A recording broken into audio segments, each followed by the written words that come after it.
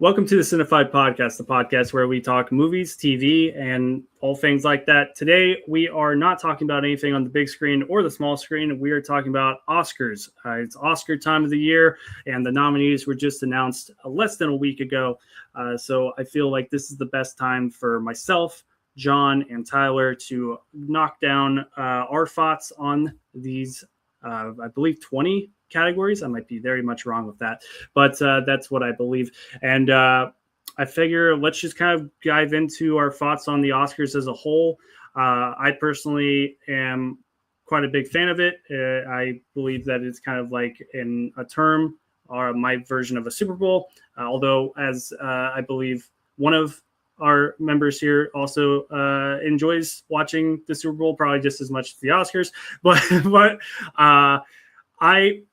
I'm very much looking forward to talking about it. So, John, what is your relationship with the Oscars? Is this something that you look forward to each year? And how has it lived up in recent memory? Yeah, man. I love the Oscars.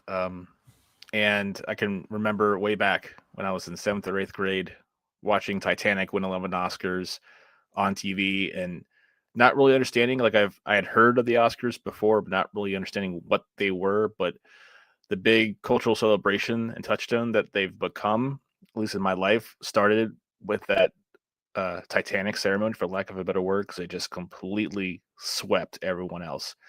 And then the next year, when I was all riled up because Saving Private Ryan, which was unanimously considered to be the front runner for Best Picture, turns out was not the winner. It went to Shakespeare in Love, and I think history's been kinder to Saving Private Ryan in terms of the film discourse scene as opposed to Shakespeare in Love. But ever since that time, the late 90s for sure, and seeing Matt Damon and Ben Affleck win an Oscar, these two young guys, and look at them now, and what the Oscars have turned into, and and the whole award season in general, I'm a fan of because it's a time to celebrate the arts and what the arts do for our culture and for our community.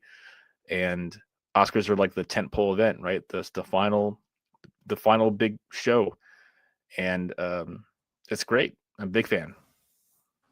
Which is kind of crazy when you think of it, because in a couple of years ago, the Oscars weren't the final show. Now it is kind of like the definitive, like this is where the end of the award season is.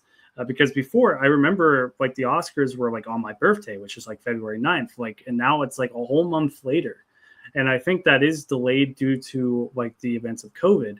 But I mean, and they also had issues with the host situation. We won't get into that because now we have a wonderful host this year, Conan O'Brien, whose film is one of the films up there on the big board that we're going to go over. So, Tyler, what is your relationship? And do you have a similar situation to what John described of a film that was up for nomination and should have won, but didn't? Yeah, I really love the Oscars. One of the big reasons why I got into film is because of the Oscars. One of my favorite quotes actually is from Moira Rose from Schitt's Creek, where Alexis asks her, "What is your favorite season?" And Moira goes, "Awards." That is completely me. I really love the Oscars. When I really got into film, it was Christmas Day in 2016. My mom really wanted to see this new musical that had Ryan Gosling and Emma Stone in it. And I had not even heard of it. That was La La Land, of course. And after walking away from it, I was a theater major in college. I was really struggling with what my place was in theater and in the artisanal world. And seeing that movie really hit me pretty hard. I walked away sobbing. I was like, I want to see that win every single award possible. It hit me in the most emotional type of way. So going in that night, I was really rooting for La La Land to win Best Picture. I think Moonlight is an amazing picture. I think that it really deserves its place in the Best Picture lineup. I don't want to go as far to say that it didn't deserve to win Best Picture or that history hasn't been kind to it. Because it's a really great film. But at the time, La La Land really kind of had a more emotional strength hold on me. And La La Land still is one of my favorite movies. So I not quite the same as Shakespeare in Love and Saving Private Ryan, because I think they're both incredible films and they both made very deserving wins for different reasons. But that was the one that I was rooting for, and that was the one that really got me into the awards. Got it. I mean, it's very much like we're with Cinefied as a whole, we're really big into our love of film and the work that goes into it. And I feel like the Oscars are like, when you're so passionate about movies, you grow up with the Oscars. You know, whether you're led into it by like, oh, someone's hosting that you think's funny. Like my dad, who's a big movie person, he probably had me watch them because like Steve Martin was hosting or something like that. You know, it wasn't like, as like a little kid, like, hey, watch this thing about movies that you're not old enough to know. It's like, watch it because Steve Martin's on the screen and he's an idol. You know, it's kind of like the Oscars they're a great reflection on the year as a whole when it comes to the iconic movies that are released. You got, and it's also, if done well, a great showcase of normally a comedy like performance, and sometimes that backfires. You can look at when you don't put a comedian on the stage, such as Anne Hathaway and James Franco for some reason. But you do have wonderful takes such as Steve Martin. And you got Steve Martin, I think Alec Baldwin did a good job. I think if you go more recent years, I think Jimmy Kimmel, at least for his first year, did a really good job. I think he kind of wore down his welcome, but that's nonetheless. I think when I think about the Oscars, one film comes to mind that I think was the biggest. It was nominated, but deserved the win, and that was The Social Network to me. The Social Network lost to A King's Speech, and the King's Speech has never been a film that I have really had interest in ever revisiting, and it's really been lost in the shuffle. Like, even if you say, what's the best Colin Firth performance, no one's going to say A King's Speech. Like, I mean, maybe technically it is, but as far as like the first film that comes to your mind, I don't think that's it. Like, I think like when I think Colin Firth, I think, you know, I love him in like more not serious films like Love Actually or something like that. But that's just me. But Social Network as a whole, to me, it's David Fincher really putting his all into a picture. You got Aaron Sorkin, and you got performances that are just astounding throughout. It really, I don't know, I can't remember what else it won, but it deserved more. Do you remember, John, what it won? I want to say it won Best Score, Atticus Ross and Trent Reznor. I remember that because I was actually rooting for either that to win or the Inception soundtrack to win, because I love both of those. Yeah. I think it might have won one or two other ones, but I think it won 3 or 4 Oscars. I think the rest were all technical. So yeah, I don't think it won any acting awards, did it? It did not. It was Eisenberg was nominated. Best Actor, yeah. It won Best Adapted Screenplay as well, which was very deserved for Aaron Sorkin. Yeah, and then it also won Best Film Editing. Mm-hmm. Okay, that makes sense because it's very. And did you confirm, Tyler, that it did win score or no? Yes, it won score, film editing, and adapted screenplay. Which is very interesting because I mean, I guess that score is less electronic than a lot of Atticus Ross's later scores. Like you look at Tron, you look at Tron, or you look at what was the one from Challengers. Challengers has like a very electric score, and I think it's brilliant. But obviously, the Academy didn't even nominate it. That's another stub. But we're not talking about previous years anymore. We're out of there. Now we're into this year. We're going to run down in the order that they were announced on. I don't know what day. What day was it? Tuesday. It was last. It was Thursday, 15th. Thursday. Yeah. So, recent enough that we can still talk about it, and we'll get our predictions in here as well. So if we're closer to the 15th of March, if you want to kind of check in on here, skim through this podcast, you'll know how we feel about what's going to win and kind of get an individual perspective. So we're going to start with makeup and hairstyling. In that category was nominated Frankenstein, The Sinners, not The Sinners, just Sinners, sorry, The Smashing Machine, The Ugly Stepsister, and I unfortunately don't know how to pronounce the other one. Is it Kokyo? Kokuo. I believe. Kokyo. Did I say it right that time? Kokuo. All right. Yeah. I'm going to say yes. Yeah, I don't know enough about that picture to really give it a fair chance, to be totally honest. I am surprised off the bat when it comes to not necessarily a snub, but just kind of like, that's interesting it wasn't here, because I feel out of the few categories that it could be in here is Wicked for Good. Because in the previous film had very similar everything. Go ahead. And no, Wicked for Good got completely shut out after having 10 nominations for Wicked. It totally got Joker Folia dude. And like not even a nod for Ariana Grande. But also I just think that Wicked for Good was just not as strong of a film as the first Wicked. It didn't punch with the same kind of weight class as the first film did. So I think it kind of got lost in the shuffle.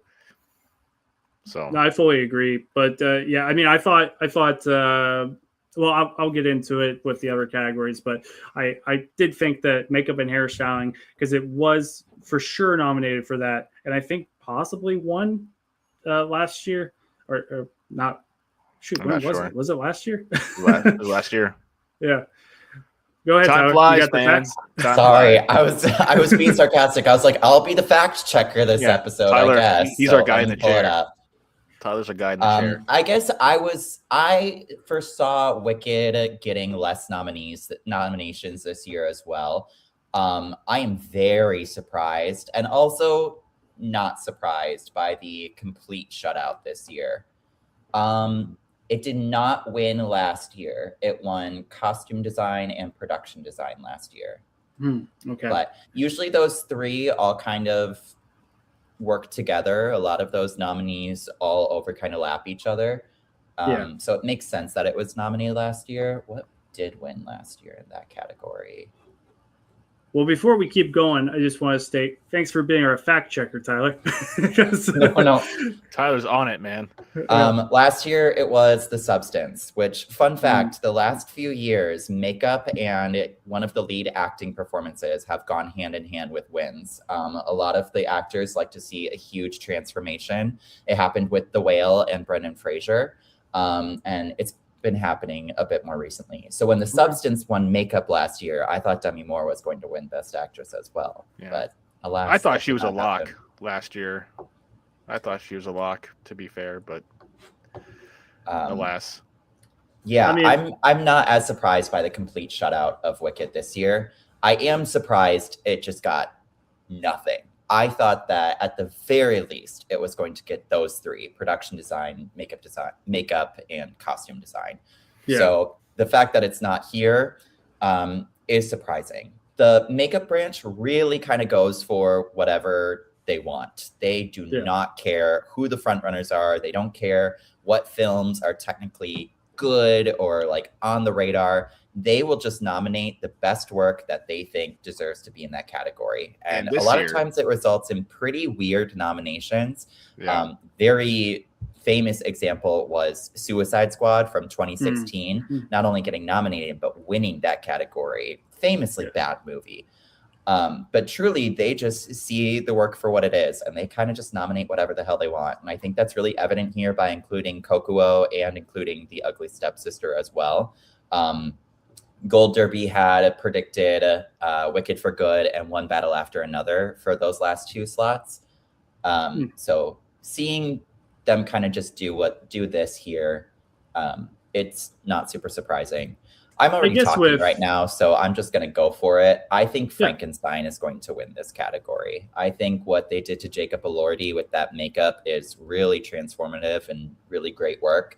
And Frankenstein is kind of all over the place, got a lot of nominations, and the entire Academy votes on this for winners, not just the branches themselves. So I think a lot of people are just going to see that movie more, and they're going to go for that one a little bit. I mean, go ahead, John. Go ahead. No, I was just going to say I have not seen Kokuho, or I'm not sure if I'm pronouncing that correctly, but it is refreshing, but not also uncommon in this category. You see so many horror films listed, and we have three, at least three for certain. Again, Kokuho, I have no bearings on at all, but I have seen the other four nominees, and they all put in really great work. So I kind of like Tyler's choice for Frankenstein. I think it was great work. I could see, I did like Sinners, just like on a technical level with this department. But also, I'm kind of leaning towards Ugly Stepsister. That seems like the dark horse in this particular race. That last movie notwithstanding, because I haven't seen it. But I could back the Frankenstein horse on this one, though. I think it's a good choice. I think going off of kind of what you said, Tyler, about that in prior years, excluding last year with Demi Moore, that the best actor generally goes to someone associated with this category, correct? That's what you stated. So I do think that Frankenstein, in that aspect, I think has a massive, most likely win here. And that's because in the later, I believe there's I'm not saying I'm going to go with him, but I think there is a fair chance that he is going to be one of the top people that people will vote for is Jacob Elordi. So I'm going to also say Frankenstein on this one, although my second runner-up would be Sinners. Although it would be cool if The Ugly Stepsister did take it home, just because, I mean, it's a much more indie film. It's IFC that's on Shudder. So, yeah, but I'm going to go Frankenstein. So we got one Frankenstein. And what, John, did you end up going with? I'll roll with the crowd. I'll say Frankenstein. It's deserving. Yeah. So. All right. So we got Frankenstein locked in as our prediction for that one. That one is next category is original score. This one I feel is one of the more difficult ones in my personal opinion, because I love these scores. But you got Begonia, you got Frankenstein, you got Hamnet, you got Sinners, you got One Bell After Another. All five of those are terrific scores through and through. I think for me, leaving the theater, I feel like One Bell After Another really, really gripped me.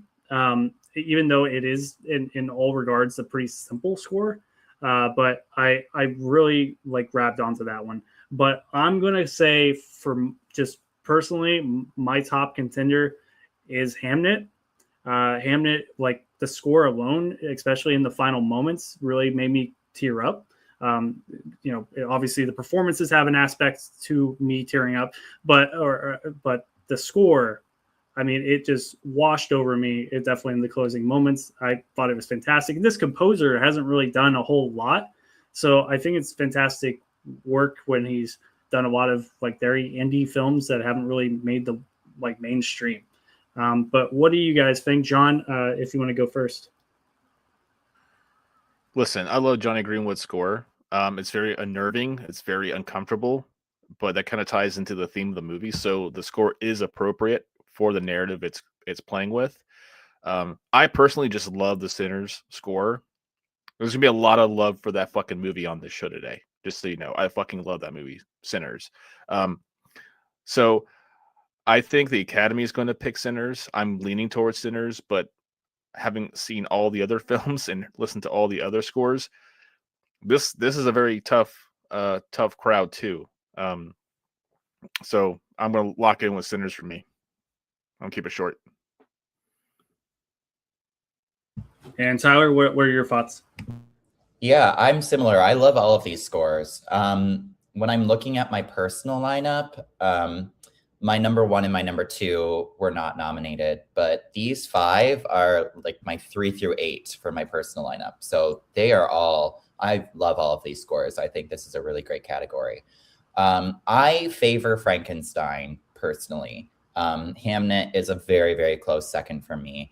I like how, Connor, you brought up that final moment was a really impactful moment for you. fun fact, that's not an original piece. That is a piece that was used.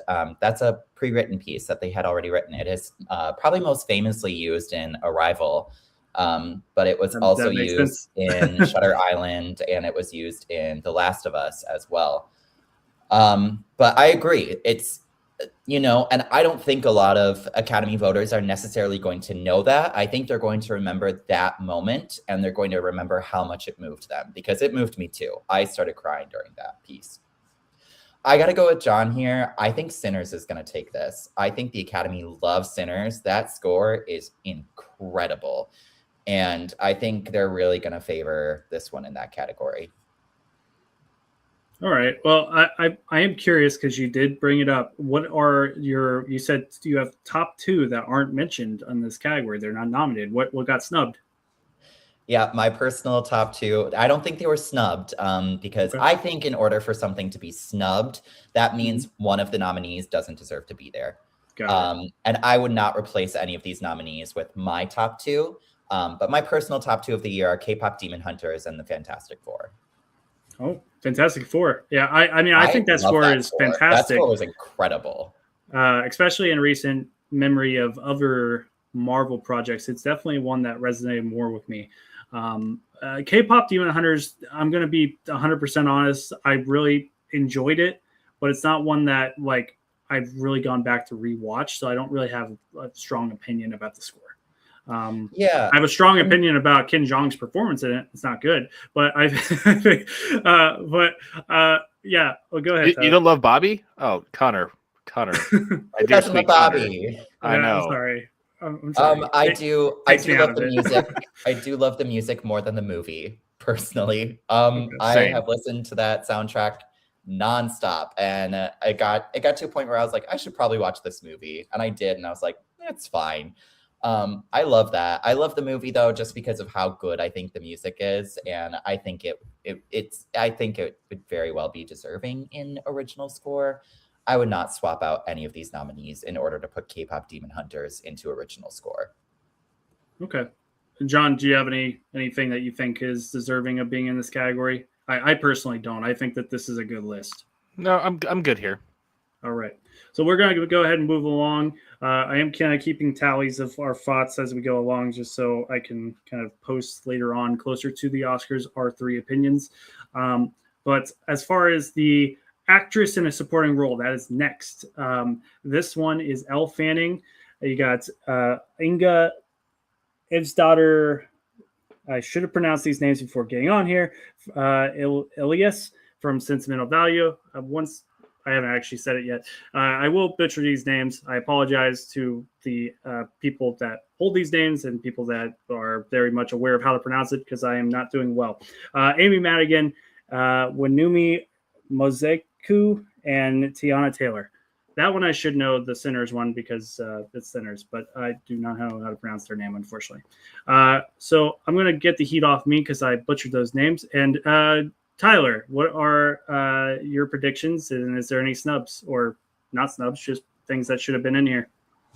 Okay, I get really into above the line categories, so I have a lot to say about this. And this category in particular, I have a lot to say about it. All right. So I think most of these nominees this category was super exciting because it was kind of like you didn't really know what was going to happen one way or the other. I think Tiana Taylor and Amy Madigan were the only 2 real locks in this category.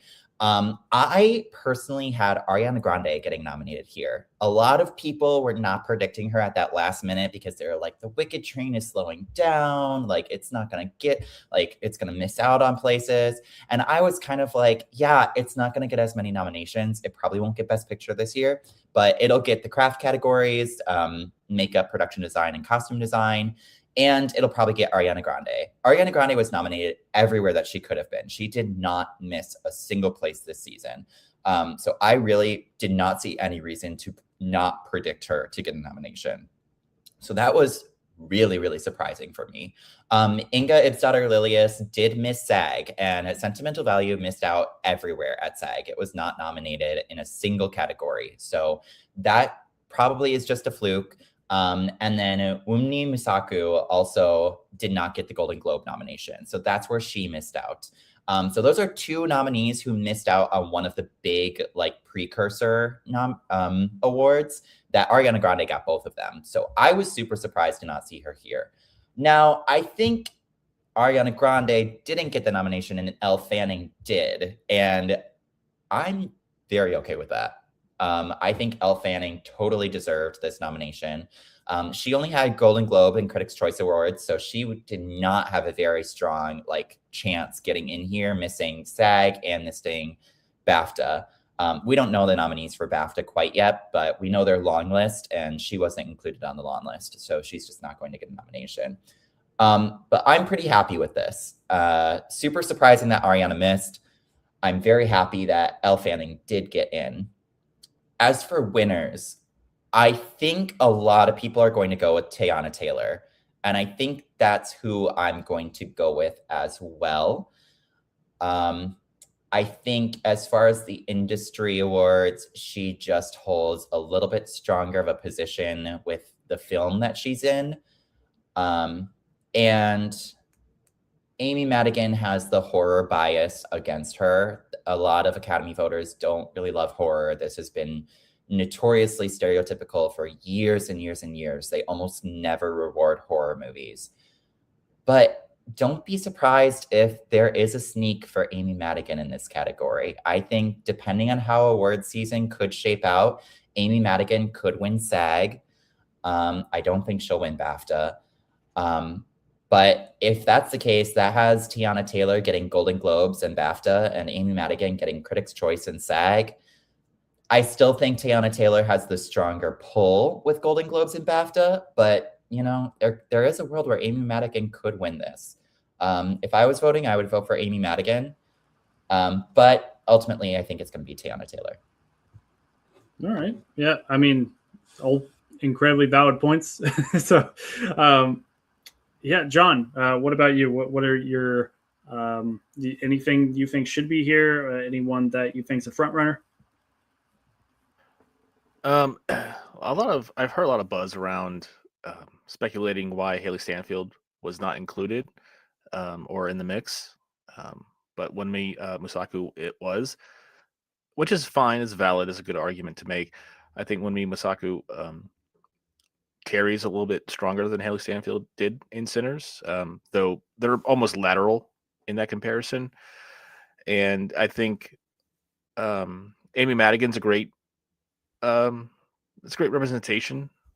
Both of them are for the horror category, which is notoriously biased against, as Tyler's already alluded to. And so, but I think, and I hate to say this, I think Amy Madigan got the popular, almost patronizing nomination.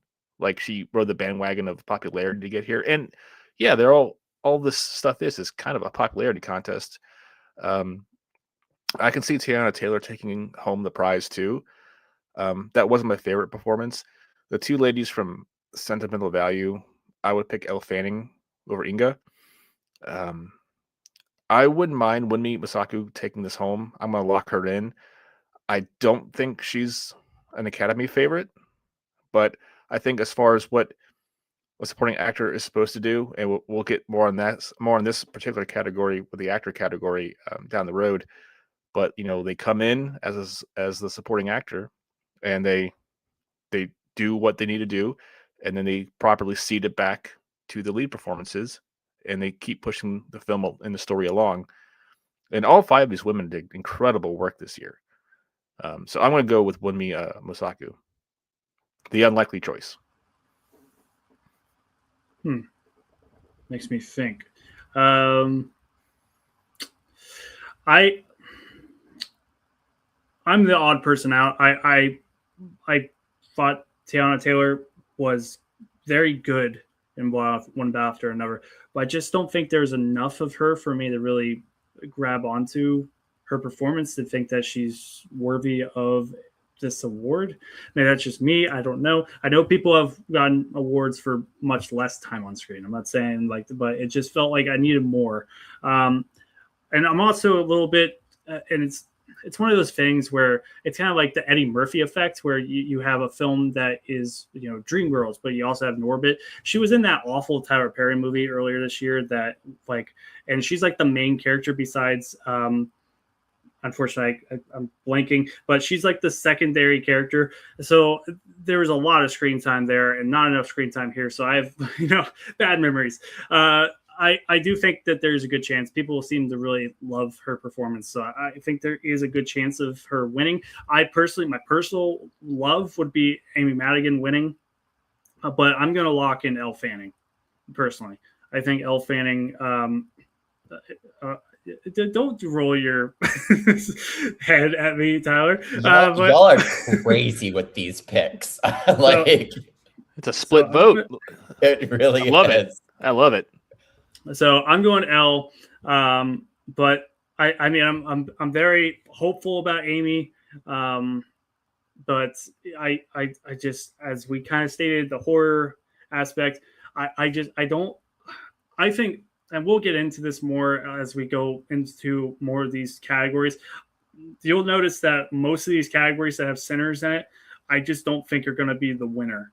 I think that a lot of these, it's going to be, it obviously won. Or not one. It got the most amount of nominations ever for for the Academy with Sinners, and that's fantastic. And I love the film, but I just think it is ultimately, it's obviously much more than just a horror film, but it is a horror film, and I don't think enough people, I think overall, are going to vote for it. But we'll see. And to that point, Connor, if I could real quick, and that's a big problem I have sometimes, is because even today, this day that we're recording this, I will still see online discourse of people purposely skirting around the main messages of Sinners and just saying, "Oh, this film got all these nominations. Oh, what is it?" Very people that look like me, if you get my drift, and completely bypassing the message. And I think that kind of volatile discourse can permeate the Academy members. And it just kind of fuels this discourse, it fuels this bias that horror movies are a one-note type of thing. And, do I think my pick is going to win in my heart? No. But I want her to win. I think she's the most deserving. And it's just, like you said, fighting against that tide that is this bias, because horror and genre films typically are seen as less than, unless it's in the trades, those kind of craft categories. So it's a rough road for horror in general, especially Sinners. Yeah. I think that it's going to be, I don't want to step over everything you just said. Just basically, I totally agree. And I think that when people see the genre listed, they're just like, I don't even know. Closer to when the voting occurs, like the official voting, you'll see survey things. I don't even know how the comments come out where people will be like, "Oh, I didn't even watch that." It's just it's your job to watch them. I'm like, we're not part of the Academy. If we miss one, that's on us. But you being part of the Academy and not giving the things that are nominated a fair chance, that's enough of that. Shame on all of those motherfuckers. Kirsten Dunst famously, when she was asked the question, "Is there anything else that you need to see this year?" She goes, "No, I saw everything because I'm a member of the Academy." Yep, that's right. The way to do it. On God, diva. Anyway. She knows it. She knows ball. Fucking love her. So, anyway, we're moving on to adapted screenplay. Adapted screenplay has Begonia, Frankenstein, Hamnet, One Bow After Another, and Train Dreams. I will fully say right now, I've seen all of these except Train Dreams. Train Dreams is just something that I've not put on yet. So I'll be curious if either of you think that it is a front runner for this award. Adapted screenplay, I don't really have anything that I feel it needed to be here that's not here. I think these are all fairly good choices. I am surprised Begonia is getting the love that it is throughout all these nominations, which is great. It's a very unique film. I am kind of curious if it's just because of the love that Poor Things got a couple years back, but hopefully not. But I know sometimes when a director is loved for a project, they'll it'll translate over, even if people haven't even seen the film. They're just like, oh, it's directed by that guy, you know. I'm going to go one battle after another, which actually surprised me when it was nominated on here because I had no idea it was adapted. I thought it was original, but that's my fault. But one battle after another is what I'm going to say is the front runner. And what about you, John? Again, this another category that is just, you know, it's a crapshoot, really. I do recommend, Connor, Train Dreams is on Netflix. I would spare some time and give it your eyeballs attention for a little while because it's a beautiful film, and kind of slept on. I think I'm glad it got a lot of Academy nomination love. But anyway, the point of this category, again, I kind of like the Hamnet writing a lot, but I also like those old English period pieces because who I am as a person. So I'm torn between Hamnet and Train Dreams. Train Dreams is not old period piece. Well, it is a period piece, but not in England. And One Battle After Another are also really good. Is also really good. But I do think Paul Thomas Anderson is probably due for some gold statues. So I think that's kind of how this card's going to get played a little bit here. I'm going to hedge my bets. I'm going to give it to One Battle After Another, though I do think Train Dreams and Hamnet are the stronger two. I think One Battle After Another in this mix is kind of middle of the pack. Okay. I mean, I totally, that's why later on I do think there is going to be a win for One Battle After Another is the reason you brought up. But I'm going One Battle After Another just because I think the screenplay is incredibly strong. My secondary pick would be Hamnet, but I just have, it's just something about One Battle After Another that's compelled me to go back and seek it out. And I think there's so many factors, but and Hamnet, I mean, it's crushing. It's very it's very well done, but it's just, I don't know. There's just something about it that I feel like isn't as it's just not going to grip as many people as I feel like One Battle After Another as far as Academy members. But maybe I'm wrong because, you know, it is a period piece. You know, Academy members of old have quite liked a period piece, you know, especially one starring like Keira Knightley. But yeah, I'm going to stop. Tyler, what about you? So one of my favorite fun facts about the Oscars is that in order to win Best Picture, you need to win either screenplay or director. Now, screenplay is a little bit easier to win because there's two categories, but the last film to do it without winning either one of those categories, I believe, was 2002 for Chicago. And there have been more, you know, it's not like that's a hard and firm rule, but if you're winning Best Picture, you're either winning director or screenplay or both. Now, spoilers for later categories, obviously, but I think it's going to be One Battle After Another. I think that film is really strong. I personally really love that screenplay. It's my number one adapted screenplay. Excuse me. I think the strongest contender against this one is Hamnet. And if we get a Hamnet win in this category, that's going to make for a very exciting Oscars night. I don't see that happening right now. It may be, I mean, we're still quite a bit away. Nominations just came out, so things could shift a little bit, but I agree. I think this is pretty firmly where PTA gets his Oscar, if not one of his Oscars. I feel pretty good about One Battle After Another in this category. All right. And moving right along to original screenplay, we have Blue Moon, It Was Just an Accident, Marty Supreme, Sentimental Value, and Sinners. Original screenplay, I'm really locked in between two, to be perfectly clear. It's really between Sinners and Blue Moon. I think Blue Moon is very deserving of this award. I think it's a top-notch script. It's very heavy on the dialogue, and I think that it's done so well because of the performance behind it, or I guess in front of it, because whatever. But Ethan Hawke just delivers this script so terrifically that I really want to root for Blue Moon, because Blue Moon is such a wonderfully compelling drama. I guess you would call it. It's not. It really leans into. I guess it's not overly dramatic. I have all three of you seen Blue Moon? Do you have, Tyler? Have you seen it, John? Okay, cool. But yeah, I feel like I have to go Sinners on this one. To me, I wanted to do Blue Moon, but I'm going to go Sinners. I think it's Ryan Coogler has not, right? He has not won an award yet. He's been nominated for.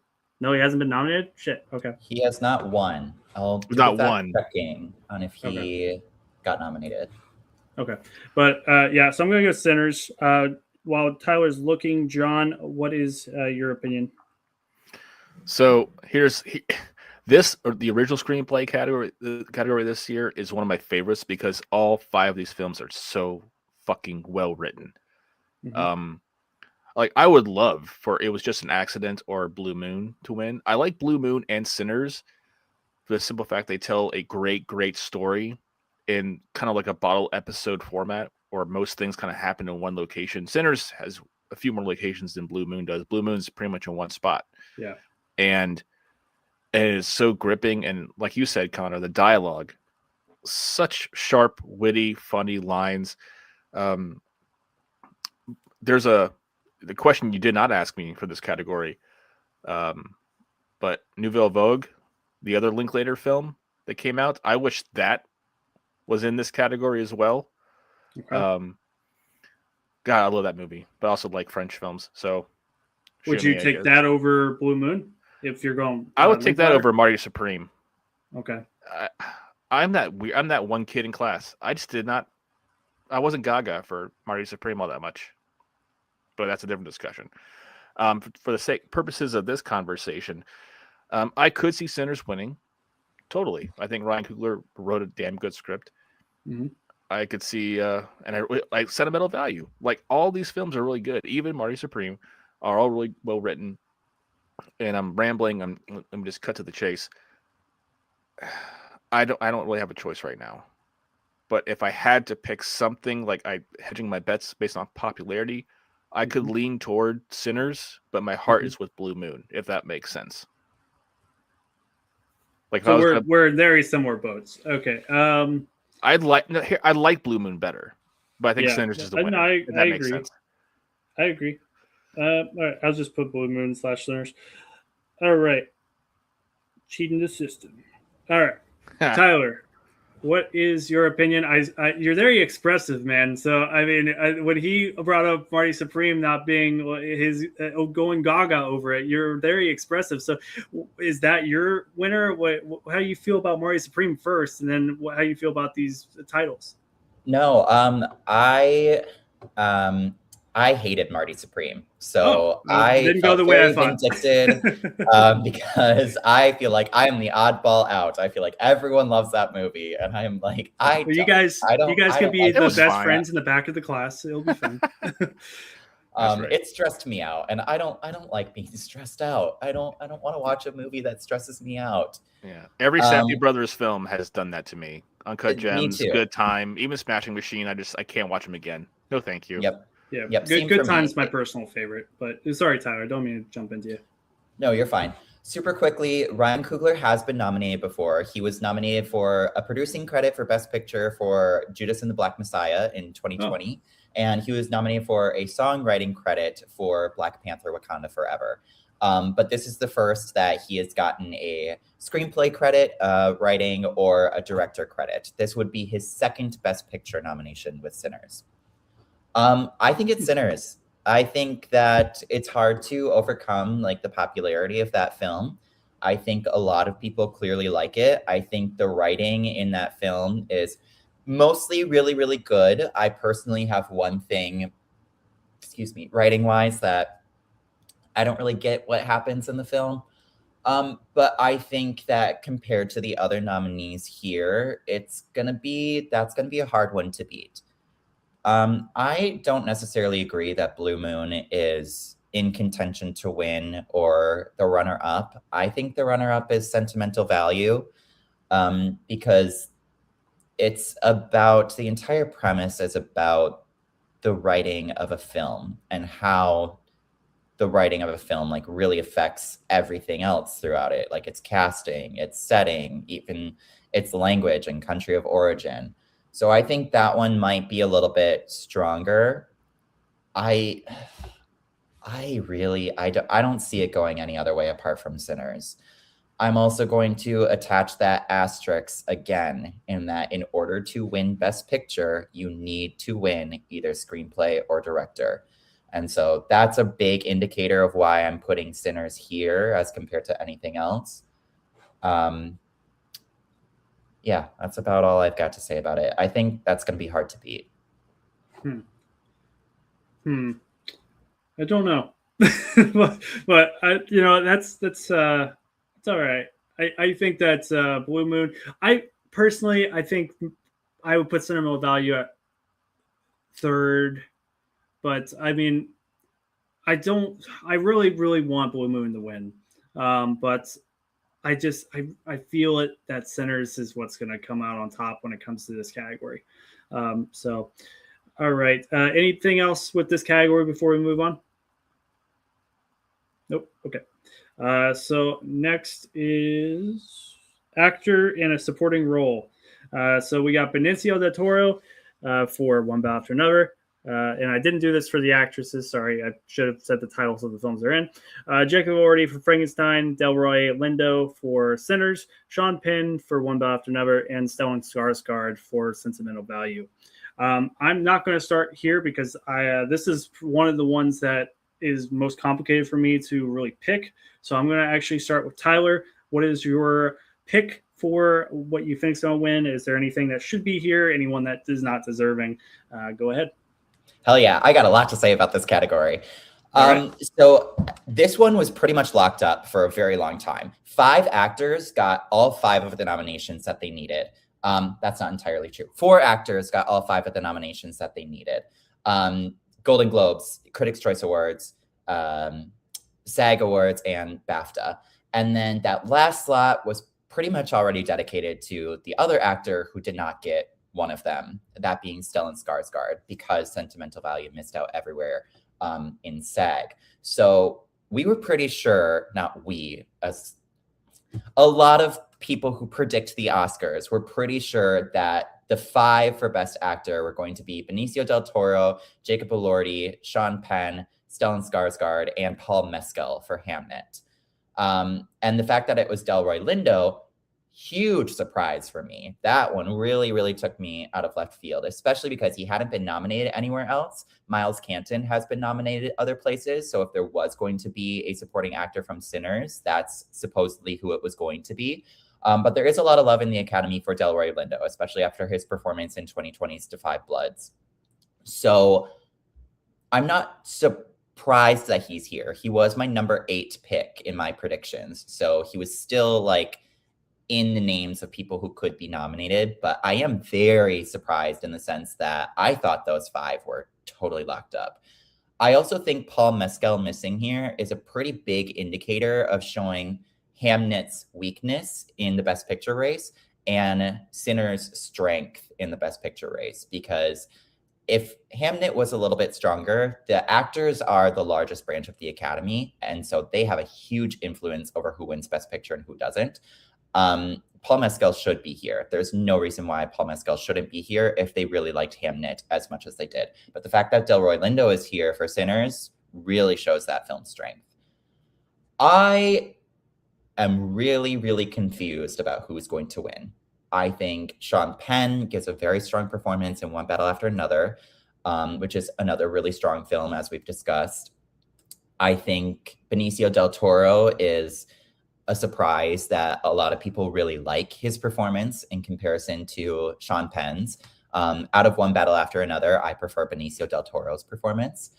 Jacob Elordi very surprisingly won Critics' Choice Award, and then Stellan Skarsgård won Golden Globe, and a lot of people thought Stellan Skarsgård was going to win Golden Globe. But we've also seen a lot where these veteran actors win early on in the award season and then don't end up going on to win the Oscar. So I think the top two is between Stellan Skarsgård and Jacob Elordi as of right now. I am not going to make a bold prediction. I'm going to go with Stellan Skarsgård just because I think he's kind of been the quote unquote front runner all season. I could really see this going anyway. I could see any one of these 5 nominees winning. So if Stellan Skarsgård doesn't win, I'm not going to be like, oh, wow, that was completely shocking. He's just the one that I'm going to go with right now. If I was voting, I would vote for Jacob Elordi here. I thought he gave a really well-rounded performance in Frankenstein and a really transformative performance, as we were talking about in makeup. But I think this is a really interesting category, and it's a lot of fun, and I'm really excited to see how it turns out on Oscar night. Yeah, I mean, I completely agree that it's very, I don't know if confusing is the right word, but it's a stacked category. Everybody here is very deserving. There's not really one person here that I feel like is really lesser than the other. I personally feel it in my bones that Jacob Elordi is going to win. I mean, there's just so much like buzz around him being nominated compared to a lot of these other ones. And I mean, obviously that it's assisted in buzz on the internet by the whole Bond rumor where they talked to him about playing Bond, which, I mean, it would be a smart move if he does win to go with him as Bond, because, you know, you got an Oscar winner as James Bond. But I'm going to go Sean Penn. I think for me, Sean Penn is my preferred performance over Benicio del Toro. I love both. I love every performance in that movie, to be clear. But oh no, I just realized I forgot to say somebody earlier. No, they're leading, so never mind. But yeah, I'm going to stick with Sean Penn. As a dude, just, I mean, he's a weirdo in real life, and he plays a weirdo really well here. I mean, if he, I think the only thing that would make it any more of like a lock-in is if he was somehow able to play like the most normal looking and natural dude ever. I'd be like, oh wow, that's transformative for Sean Penn. But yeah, I just think that it's just a good performance overall, and it's one that's really stuck with me. Even more so, out of all the performances, I think Leo is one of the lesser ones in the entirety of the film. Like, I think it's a good performance. We'll get to that, but I think that Sean Penn is miles above as far as me actually remembering things that transpired in One Battle After Another. I'm like, oh yeah, that scene with Sean Penn and Chase Infinity. I'm like, ooh, that was, you know, intense. But yeah, Sean Penn dropping it, but Jacob Elordi would not be surprised. So those are my top two, but Sean Penn winner for me. John, what is yours? Go ahead. Yeah, so I can recall leaving the screening of One Battle After Another way back when it came out. It was with a buddy of mine, and I walked out and I told him to his face, Benicio del Toro and Sean Penn are both getting Oscar nominations for this film. I called it at the screening. I knew it, and I was right because they're so profound and so inspiring and so great. Sean Penn's going to win this Oscar. It's going to be Sean Penn's Oscar. This is Sean Penn's race. Jacob Elordi didn't blow me away. I don't get what the hype is about his performance. I thought it was fine. I didn't think it was an Academy Award not worthy. I don't know who I'd replace him with. Maybe Andrew Scott from Blue Moon, but that's a stretch, really. I love Stellan Skarsgård. If he wins, that's great too. And who's the other one? Delroy Lindo. Great surprise. I like in this category, again, horror is represented twice. Like, I'm a big horror fan, if to the masses that are not aware, and seeing so much love this year, and the love has grown exponentially. Last year we had The Substance and Alien Romulus getting some stuff, some award nominations. But yeah, this is Sean Penn's Oscar. Everyone else is showing up to look nice, get some drinks, and see some friends, and Sean Penn's going home with this thing. Because if you think about it, when you went home from One Battle After Another, what character were you thinking about the most? I'll bet you $500,000 it was Sean Penn, because he carried this movie. It was his movie, and a supporting role, of course. And to Connor's point about a future discussion regarding Best Actor, I didn't even think Leo would be nominated. Honestly, this was Sean Penn's movie. It's going to be Sean Penn's Oscar. It's a done deal. It's a wrap. It's as sure as I was Kieran Culkin was going to win last year, and he did. I feel the same way about Sean Penn's performance here. But to be fair, all 4 other gentlemen nominated are very deserving. Jacob Elordi, I'll let it slide. All right. Any rebuttal, Tyler, to anything you just said? Just because I know his $500,000 offer. I mean, you could take him up on it. No, I mean, like I said, if Sean Penn walks away with that Oscar on March 15th, I am not going to be surprised. He's not who I'm going to pick right now. But if he does, it truly won't shock me. I'll be like, yeah, sure. I think any of them really could win this category. Any 5 of them, really, I do think they all stand a really, really strong chance.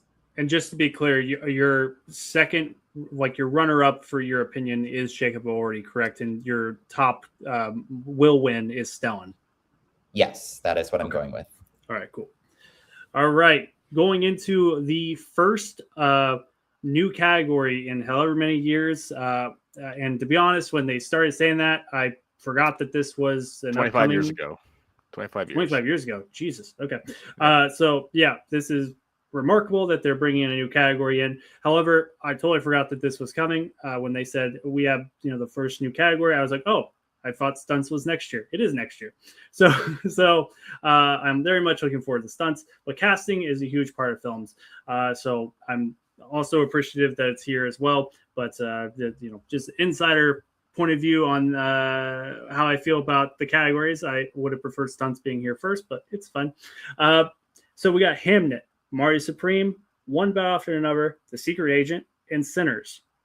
So casting, this one's interesting because I mean, obviously we hadn't had to reflect on this category before. Obviously we think of the casting as far as just in general when we write our reviews, but not in terms of awards contention. So I'm going to start with John. What is your pick for casting? And do you think anything deserved to be here more? Great. Yeah, this is a really interesting category because it's new, it's exciting. We have no frame of reference. We have no index of the past to go back and say, what have they done before with this category, to my knowledge. And it looks like, to my understanding of this category, we're all still trying to figure it out and figure out what it means. It's just, what movie has a stable of performances that best represent, this film and its message. I assume that's my drawn up rough definition of what this category is going for. And of the 5 here listed, the answer here is Sinners, obviously. I love The Secret Agent and One Battle After Another. I think they're probably the next 2 the rung down below Sinners. But it's hard to really put into words because there's not a lot of context behind what this category means, really, outside of the surface definition of casting. What is, I'm going to pick Sinners, and I just think it is interesting, to your question, Connor, that sentimental value is not in this category, despite having its 4 primary players all Academy Award nominated for this film, for that film. And yet it's not in this running. So that's a head scratcher, but we're kind of building this airplane as we're flying it when it comes to the casting category. So that's my 2 cents for that. All right, Tyler, what about you? I agree with John in that I think we don't really know what this category is going to look like yet. Are they just going to award the best ensemble, which is, in my opinion, pretty different than casting? Are they going to award how they think the different actors complemented one another and how they think best represented their roles in the film in general? Which I think would be more aligned with best casting. I think finding the right actors to portray those roles would be more in line with what best casting looks like, and finding people who work well off of one another to make the film as work as well as it does would be more in alignment with best casting. Based off that definition, I'm very, very torn between One Battle After Another and Sinners. I think One Battle After Another has a little bit more in favor of it because it got 4 acting nominations.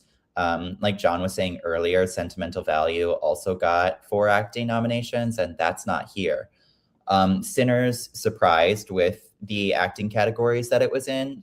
And I think Sinners kind of overall represented casting a little bit better, in my opinion. I think especially the casting of Haley Steinfeld, who in the movie, she is, what is it, like an 1/8 Black? She says, my ma's daddy was half Black, so that would make her mother a 1/4, and that would make her an 1/8. Is that correct? John, is that correct? I haven't watched it since theaters. Yes, correct. Yeah, and Haley Steinfeld herself is also an 1/8 Black. And she has had interviews where she said she really had to connect with that piece of her heritage that she, as a mostly white passing person, has not had to really connect with before. And I think that in itself is pretty strong casting, on top of Michael B. Jordan playing twins, on top of Wunmi Masaku playing this incredible powerhouse performance as well. I lean more towards Sinners in this one, just because I think it's my personal pick, and because it had a really strong turnout for nominations. But One Battle After Another really could get it, especially with those 4 acting nominations that it got as well. And that's not even including Chase Infinity, who was a huge breakout performance in that movie as well. I don't know. It's really a coin flip between Sinners and One Battle After Another. If I had to pick one, I would choose Sinners. But I don't feel good about it. I don't feel good about it at all. I'm hearing what you guys are saying about the category and what you think will lead to the win and what people look into as far as nominations. But I feel like, unfortunately, with this being the first year, we're guessing how people are thinking of this category when they're voting. So I really don't have an idea of what is going to win. I kind of want to pick. I feel like Sinners is most likely a top runner, but just because this category I feel is such a wild card, I'm gonna go Hamnet for it, just because, as we mentioned, just because someone's not nominated as the best actor doesn't mean that it can't be casting, because Paul Mescal's not there, but Jesse Buckley is. I feel like, and then you got the young kids, which are both of them. They're both terrific, and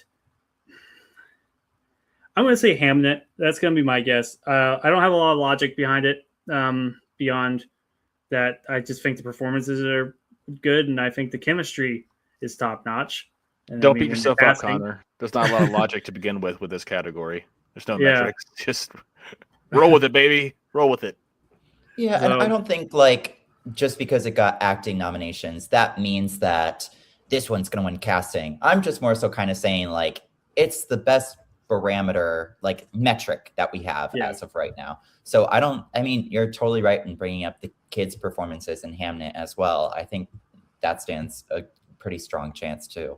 Next is costume design. Costume design has a lot of the usual suspects, but it has one unique one. We got Hamnet, we got Sinners, we got Marty Supreme, we got Frankenstein, and the one that I recognize as the odd man out is Avatar: Fire and Ash, which I'm very surprised to see here. I thought, it's just going to get visual effects. I did think that there was a very, very, very slim chance that it might get a Best Picture nod because of where F1 is. But we'll get to that. But as far as costume design, I feel like nothing really speaks to me like that's being left out here. Nah, me either. I think these are good. I'm once again surprised Wicked's not here, but it's fine. I like the costumes in Avatar more than Wicked this last time around. So yeah, I'm gonna go ahead and go to my guess for costuming is this one's hard. Frankenstein. I'm gonna say Frankenstein. So but I mean the costumes in Sinners and Hamnet were both fantastic. But I just really like Frankenstein's. What do you guys think? I'm gonna go Frankenstein. I'm going Frankenstein too. Frankenstein all the way. All right. I look, Hamnet looks great. They got the look down, but you know what? What's kind of pulling me more toward Frankenstein opposed to Hamnet is that I've seen Hamlet's costumes before in other movies. It's the uniqueness, it's the unique eye, it's the auteur language of Guillermo del Toro's vision that kind of gives the Frankenstein costume design category a bigger oomph behind it, if you will. So, and Sinners is great too. I wouldn't be upset if any of those three won. Avatar is kind of the anomaly. I would agree, Connor. Marty Supreme, I'm like, I just my bias is on my sleeve against Marty Supreme. Just whatever. Hey, that's fine. Just gonna lay it out there. I think honestly, I think the only one that anyone that listens to this might feel like kind of hurt by is coming up, which is the leading actor. I think if you has to go a certain way against him, I think that might be like, oh, you're just against the film as a whole. But I think that right now, all these, I think they're logical. I think they make sense. I think Marty Supreme has some good costuming, but it doesn't stand out for me. Nope. So you see, so I agree. Sorry for interrupting. John, did you have anything else? Oh no, I was done. Okay, I couldn't remember if I interrupted or you were done. No, okay, I was interrupting you because sorry. Tyler, what about you? Are we all Frankenstein here? Yeah, what the fuck is Avatar Fire and Ash doing here? Like, how the hell did that get nominated? The original Avatar wasn't even nominated for Best Costume Design. So this is a crazy out there nomination. On nomination morning, this was truly the only nomination I was talking about for Delroy Lindo, where I was like, oh, wow. But even so, he was in my number 8th position. So, like, whatever, it could have happened. This is the only one where I was like, what the hell is that? So, shocking. Yeah, I'm going for Frankenstein. I think maybe they go for Hamnet just because they like old-timey period costumes. But, Frankenstein has that too. And frankly, frankly has it better. So I think they're going to go with that. All right. Yeah, I mean, I was going to somehow make a joke, but then I realized we're in costuming. So it would have been better back in the makeup if it was, it'd be like, it should have been nominated for makeup, but yeah, whatever. Because, they're blue, but their visuals, whatever. It's a dumb joke. I failed. All right, next. Connor, you have final cut on this podcast. Just remind you of that. No. You're a sport, Connor. I love it. All right. Original song. Original song is Tyler's already moving. He's locked in, baby. I'm trying to think of okay.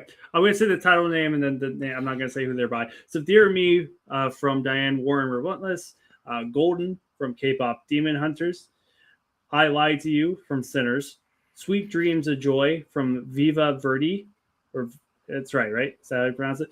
And no idea. Train Dreams from Train Dreams. So, as I said, have not seen Train Dreams. Did not know there was a song called Train Dreams in Train Dreams. So I guess the first question is, John, is the Train Dream song any good? Yeah. So full disclosure, I've heard 3 out of these 5 nominees. The Diane Warren one I've not seen, but Diane Warren's almost always nominated, so like the gods have been satisfied, so it's fine. Sweet Dreams of Joy by Viva Verdi. I've never even heard of this movie. When the nominations came out, I'm like, oh, that's got to go on my watch list because I try to watch everything.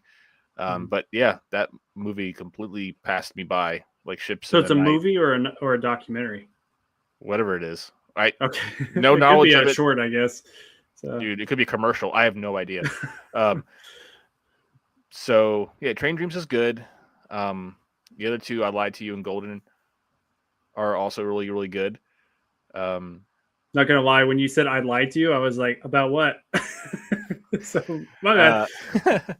No, so here's my hot take, if you will.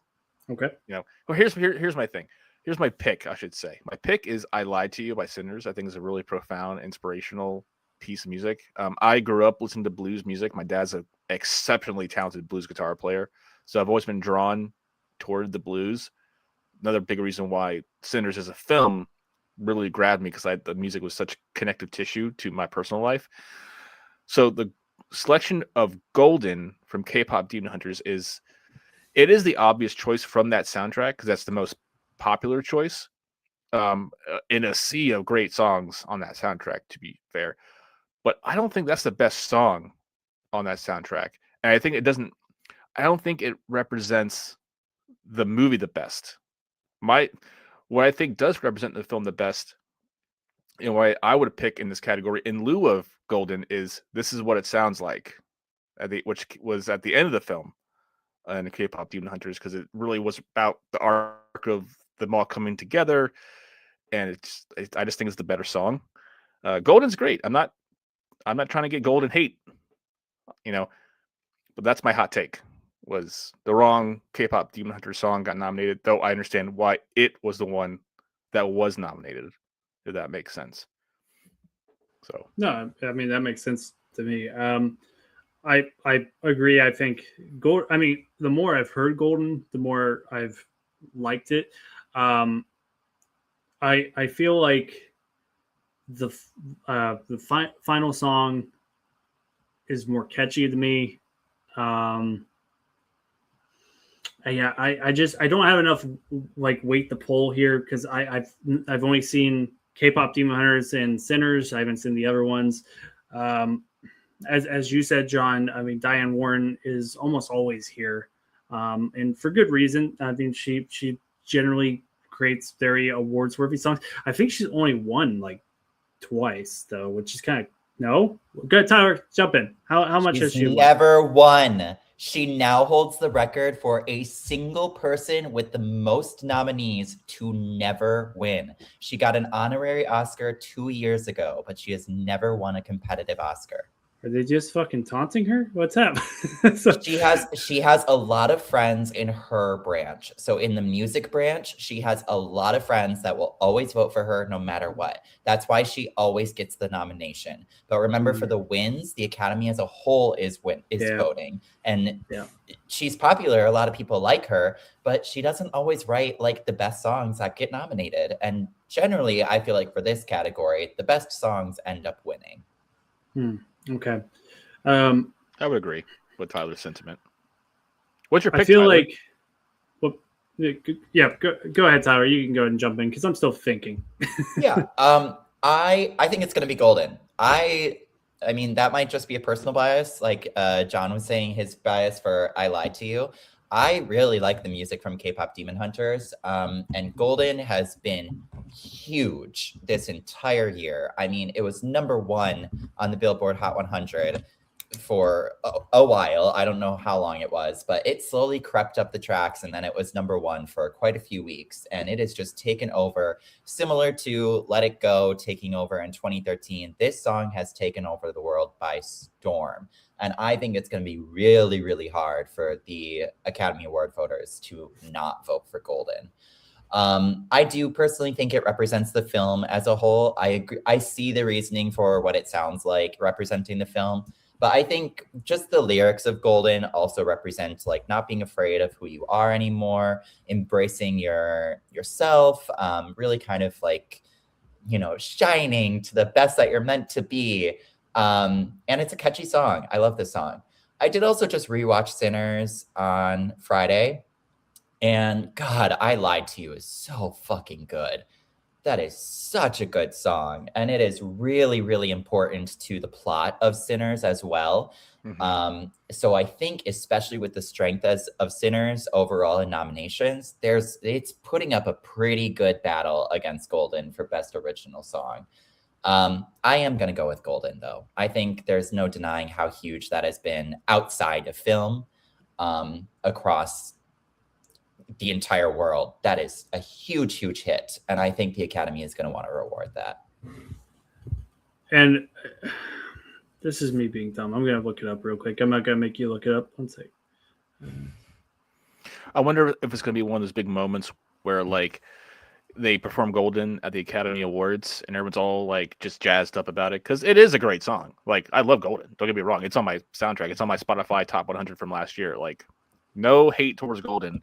But I think what might happen, it'll be like this big production on the stage, kind of like I'm Just Ken from a few years back.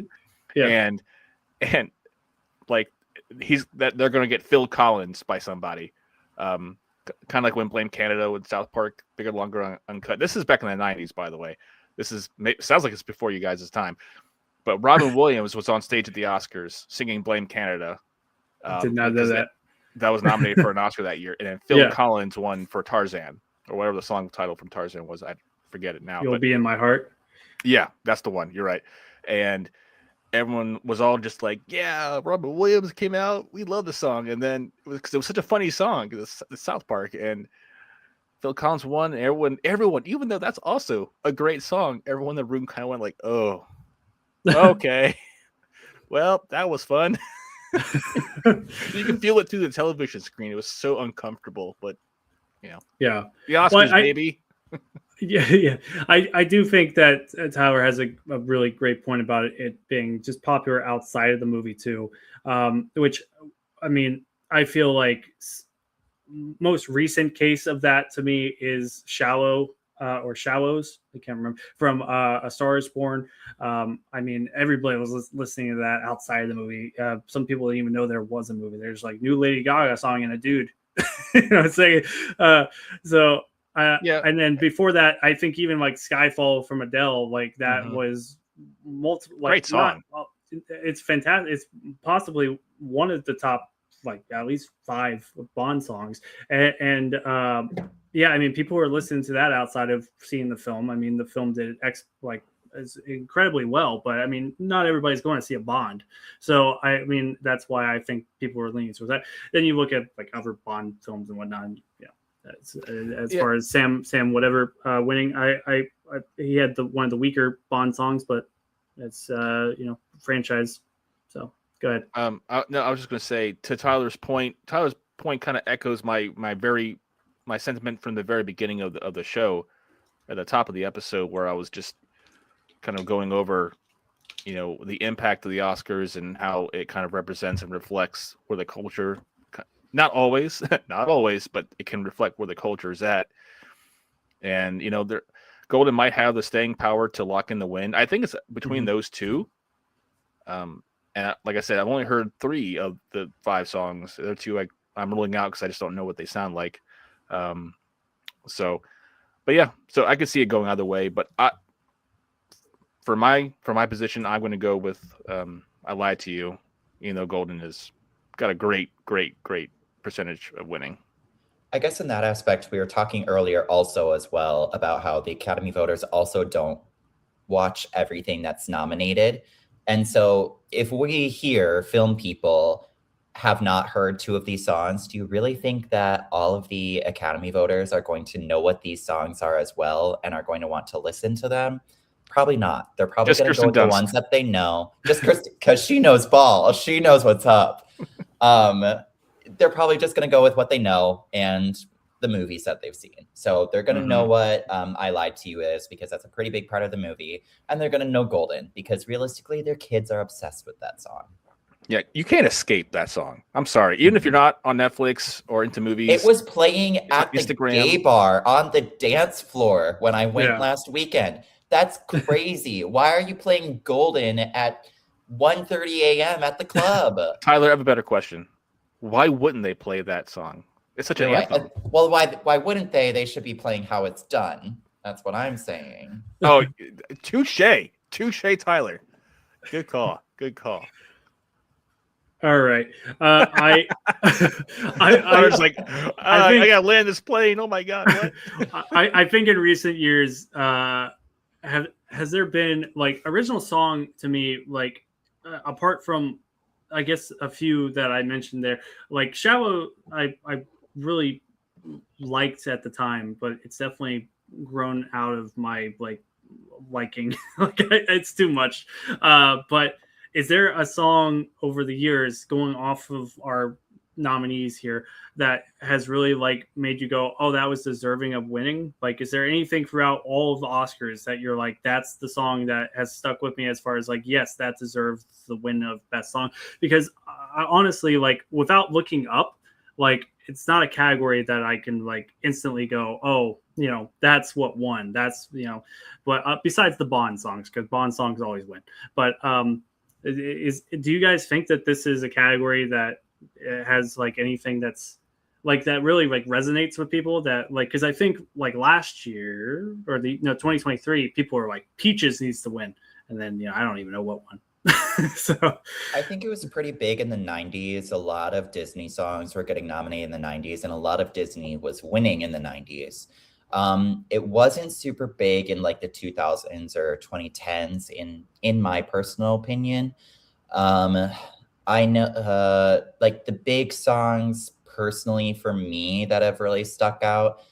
I know What Was I Made For from Barbie. Really love that song. Yeah. Weird pull, but Jai Ho from Slumdog Millionaire. I sang that in chorus in high school.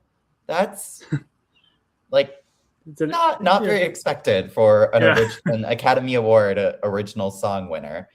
But yeah, apart from the run of Disney movies in the 90s, I would say there's not really many that stick out as best original song winners to me. Let It Go is another big one too, like I mentioned earlier. Yeah. I have one, just one off the top of my head, and it was in 2001 2002 Oscars for the 2001 season. May It Be by Enya was nominated for Lord of the Rings: The Fellowship of the Ring, and it lost, to Tyler's point, to Monsters Inc. And funny enough, also that year, Diane Warren was also nominated Best Original Song, way back when. So that's the only one that ever sticks out to me. I'm because I really like that song, because I bought a buddy of mine had the Fellowship of the Ring soundtrack on cassette tape. Nice. We're going back, friends. And not me, I had CD, but that was also the same year as Pearl Harbor and stuff like that. So yeah, I guess also to Tyler's point, the early aughts kind of got lost in the minutia of it all. Yeah. So, but I did have one choice for that question, Connor. Diane Warren has gotten 17 Oscar nominations, and she has been nominated every single year in a row since 2017. Wow. That's why I said the gods have been fed. The gods are pleased. Every year, just reserve a spot for Diane Warren. I have a lyric sheet somewhere signed by her, so when she does win, I'll have an Academy Award winner. So, but for me, as far as notable songs outside of the ones I mentioned, one of the craziest years, which was 2011, 2012, which was where there was only 2 nominees for Best Original Song, which is I looked it up. The other song it was going against was called Real in Rio from Rio, or Man or a Muppet from the Muppets. And Man or a Muppet, I mean, I sing that just randomly, but you can ask my girlfriend. I love that song. So, am I a man or am I a Muppet? You gotta ask yourself. But yeah, I mean, I love Jason Segel, so that's an easy win. And Brett McKenzie from Flight of the Conchords wrote that song and composed it. So, but yeah, I mean, I think that's interesting. I always think that it's also interesting when, because they're like, they force these numbers. They're like, there's 5 that have to be in this category, but like for that year of 2012, they're like, I guess there's 2. So they changed the rules. So back a few years ago, they used to have a rule where it's like it had to meet a certain threshold in order to get more votes. I'm a little bit curious as to whether or not, so there just probably wasn't enough that got voted that year.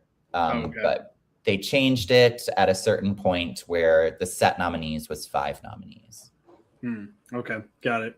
That makes sense. So it wasn't a thing at that time. Real and Rio, another song I sang in high school choir. That's weird. I'm starting to think my director was maybe just really Man into or a the Muppet? Oscars. We did not. No, had That's no upsetting. reason to sing Man or a Muppet. Didn't really have a reason to sing Real and Rio either, but here we are. All right, we got a few more categories before we get to the shorts. If you guys are okay with it, we're going to opt out of the shorts because I've not seen any of them. Is that okay with you, John? Yeah, that's fine. Okay. So next we got international feature film. We got The Secret Agent. We got It Was Just an Accident, Sentimental Value, Surat, and The Voice of Hein Rahab. I have not seen Surat or The Voice of. This is a harder category because I feel like all of these, except for The Voice of, I've heard a lot of talk about.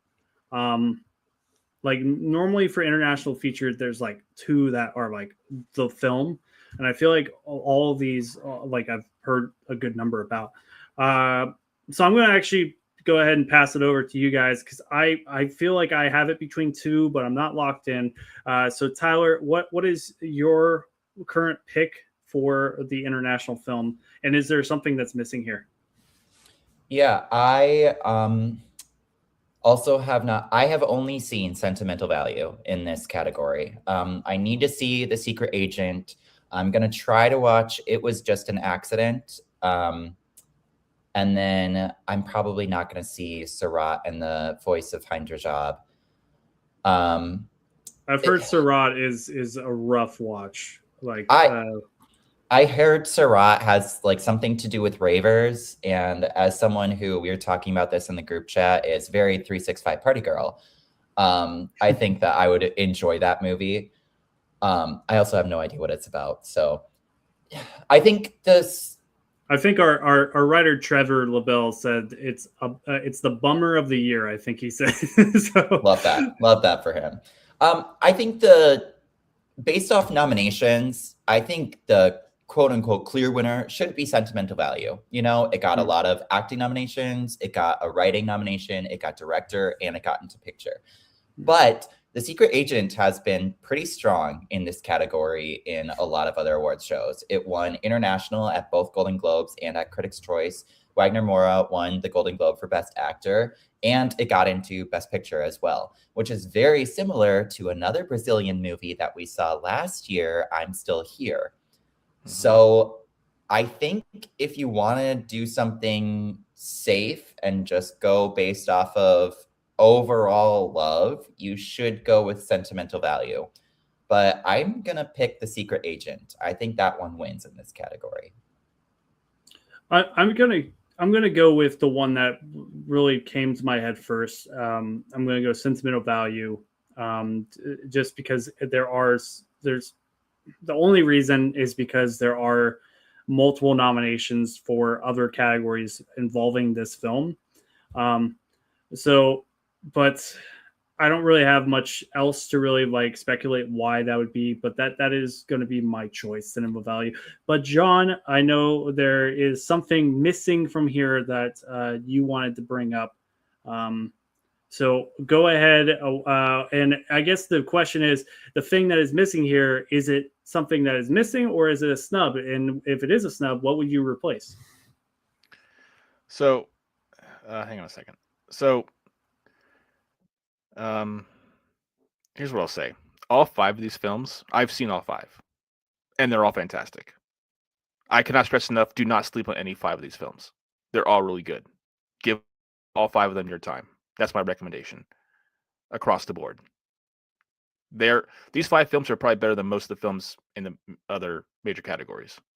They're fucking good. And I get it, they're international features and they kind of get isolated to one little space most of the time. I think sentimental value is likely the popular, clear front runner. I also would pick The Secret Agent, though. Wagner Moura, his performance is really, really good. It kind of reminded me of, not exactly like Argo. It's not a great comparison. I think I would watch The Secret Agent again first before I went back to sentimental value. If that's any kind of indicator. It was just an accident. Oh my god, so good. It reminded me of this movie I saw on the Criterion Channel, Taste of Cherry. Kind of a bummer of a film, but really, really good. Sarat. Yes, Tyler, if you like raving and stuff, the movie is not about ravers exactly. They play a part, and it ends very, very fucked up. And the voice of Hind Rajab will make you cry. That is probably, of all 5 of these films, the voice of Hind Rajab is probably the hardest to watch because it's based on a true story, and it also challenges everyone's personal views, because it deals with Israel and Palestine, and how we can be objective in the face of safety and death. So take a swing at any 5 of these films. They're all really good. The United States still has yet to catch up with the rest of the world on making the best cinema yearly, in my opinion. And this year is no different.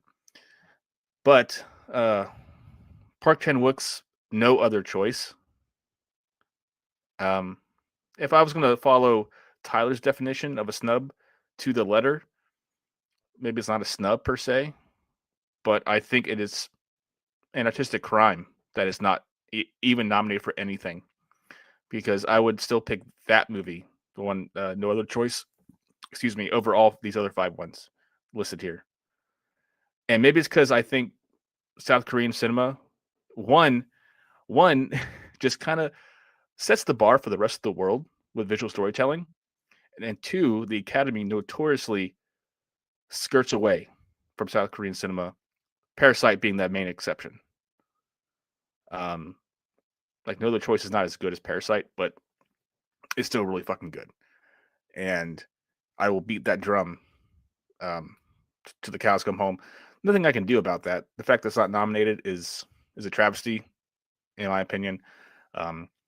To answer Connor's question, but in the rat race we're in right now, I would pick Secret Agent, even though I think sentimental value has the Academy's ear more strongly. So that's my take. So there you have it. All right. So you're going Secret Agent. That's the takeaway. Correct. Right. I had to plug in my phone, so I'm trying to. Do you hear an echo on your end? No. Okay. Might just be on my end. Might have to deal with it. Okay. All right. Next up, we have animated feature film. We have Arco, Elio, K-pop Demon Hunter, Little Amelie, and Zootopia 2. So I'm going to just say I don't think Elio is a particularly outstanding film.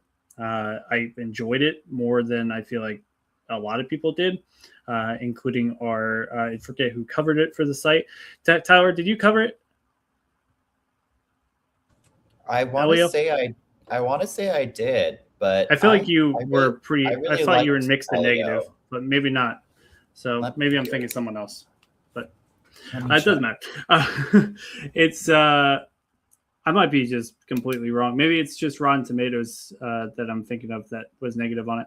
But I have not seen Zootopia 2. I've not seen Arco. I've never heard of Little Amelie. So it's really between Elio and K-pop Demon Hunters. So that's an easy choice. I'm going K-pop Demon Hunters. Tyler, what is your choice for animated feature film? Yeah, I did cover Elio for the site. I gave it a must-see. I really liked that movie. Well, fuck me. Okay, I'm sorry. I can't remember everything. You're fine. I don't like a lot of movies that other people generally love. So I feel like the last couple of Disney films you've covered were relatively I have, yeah. negative. The last few that I've seen, Disney in general, I haven't been on a super hot streak with lately. But Zootopia 2 and Elio, I both felt really good about. I have only seen those three, Zootopia, Elio, and K-pop Demon Hunters. I think it's going to be K-pop Demon Hunters for the same reason of Golden taking over the cultural zeitgeist. I think that K-pop Demon Hunters is going to go along with that. And Disney sequels in general are a lot harder to get wins unless you're Toy Story. So, I mean, watch out for Zootopia 2. I think that has a pretty strong chance just because it is Disney, but I think it's going to be K-pop Demon Hunters.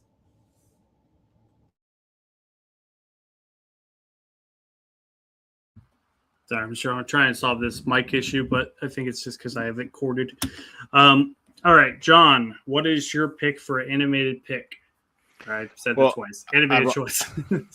Ironically, I've actually only seen one film in this category, and I apologize for that because I usually am better prepared.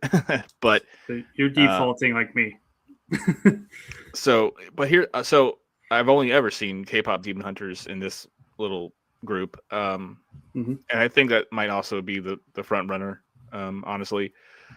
But I formed that opinion, one, because it's completely skewed because that's the only one I've seen, but also Elio. The popularity of Elio has waned. A lot of people weren't hot on it when it did come out. There's a few outliers like Tyler who did endorse it, and he's not alone there. But Arco, I heard really good things about, and then Little Amelie, the character of Rain, I've been hearing about for a very long time. A lot of people really, really dug that film. It's on my watch list. I can't wait to check it out. I heard it's very, very heavy and very emotional. So, with a grain of salt, I'll check it out. And then Zootopia 2. I really liked the first Zootopia a whole lot. And I heard Zootopia 2 was, for better or worse, more of the same, which could be a strength or could be perceived as a weakness if the record books against Disney sequels, non-Toy Story related, are any indication. So I had no other choice but to land on K-pop Demon Hunters for this one.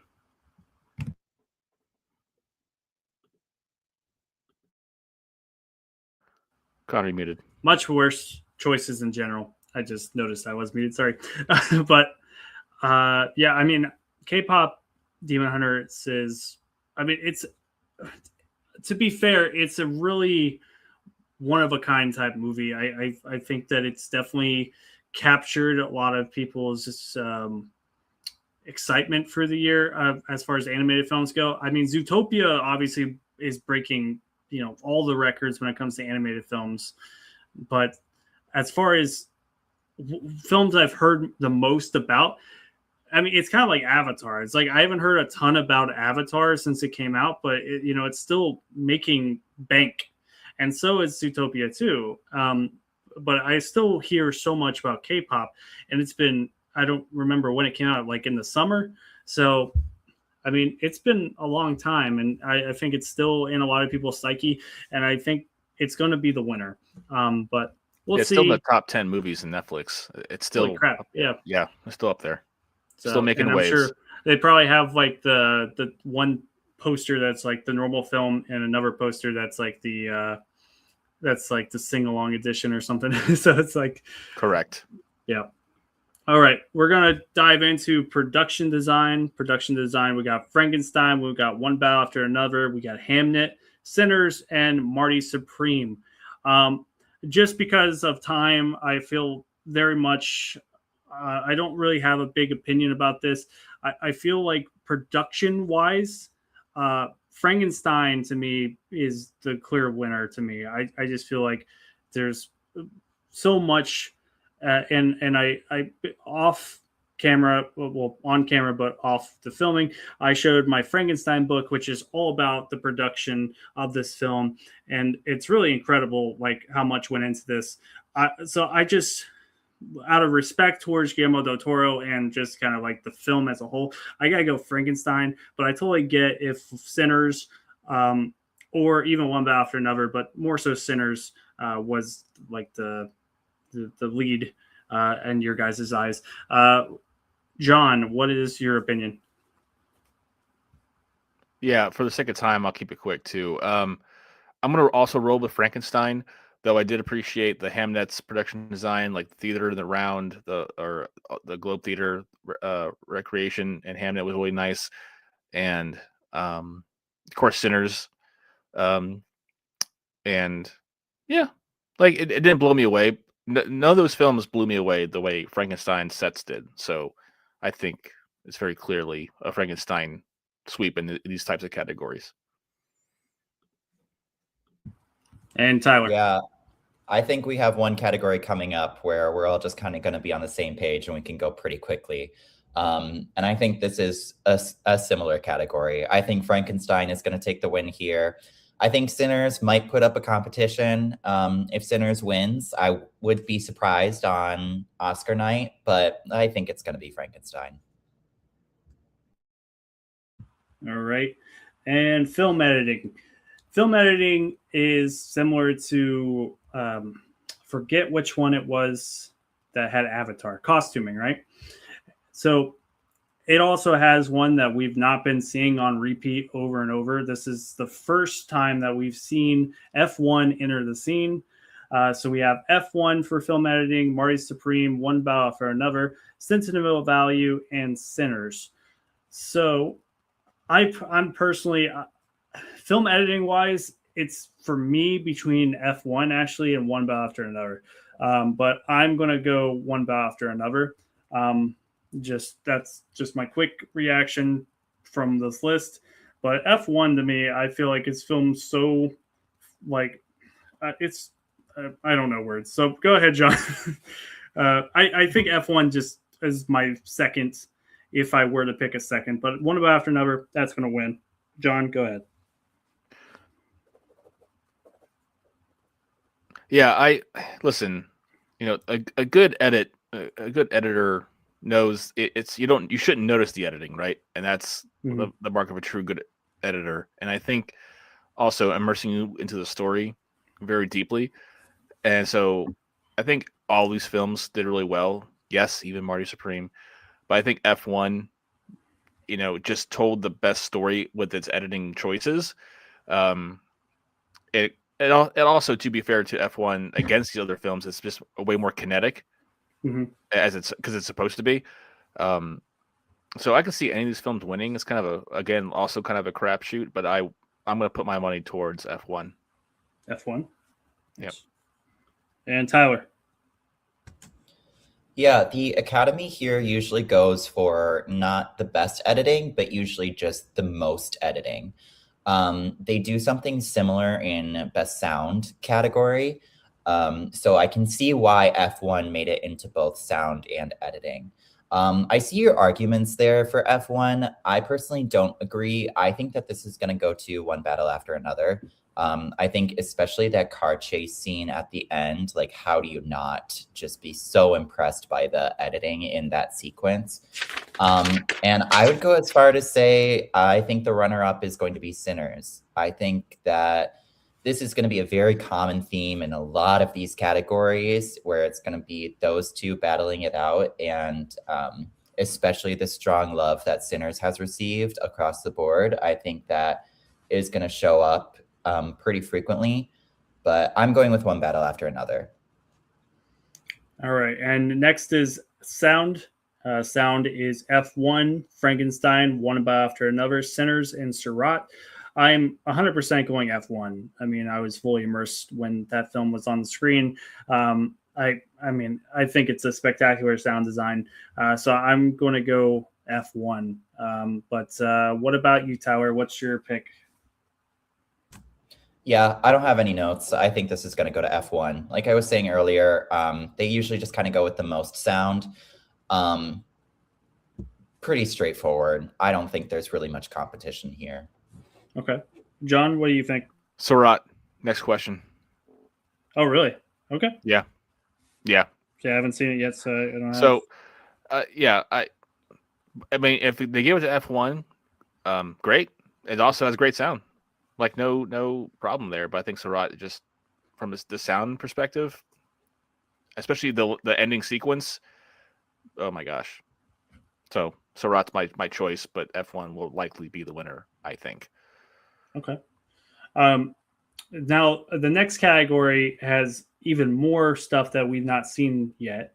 And I would say I've seen some takes on it as far as disagreements, and that's visual effects. Visual effects, to me, I mean, it's pretty clear who's going to win, but the nominees are Avatar, Fire and Ash, F1, Jurassic World Rebirth, The Lost Bus, and Sinners.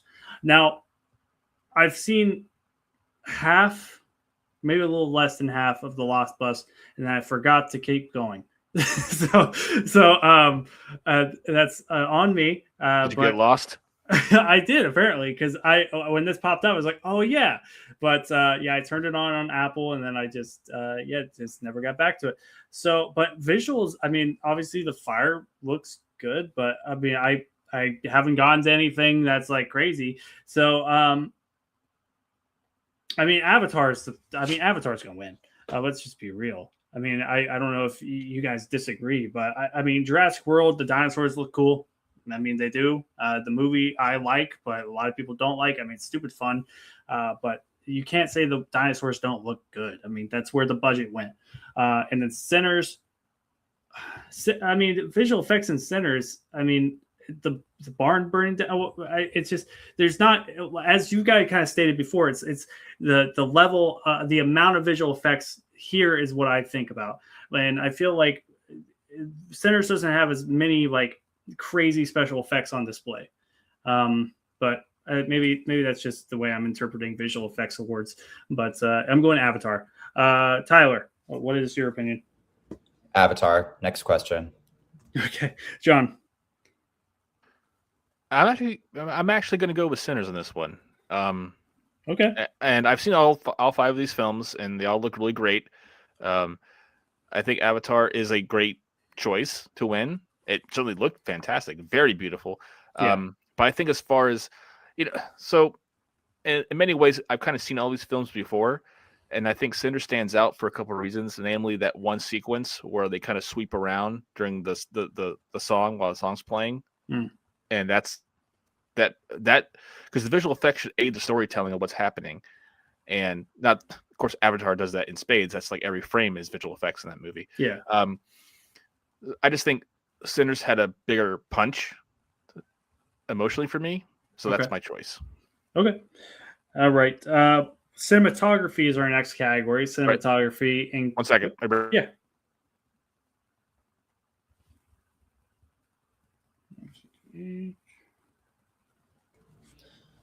Okay, visual effects was the one that I thought we were all gonna just be like, "Yep, good Avatar. to go." Yeah.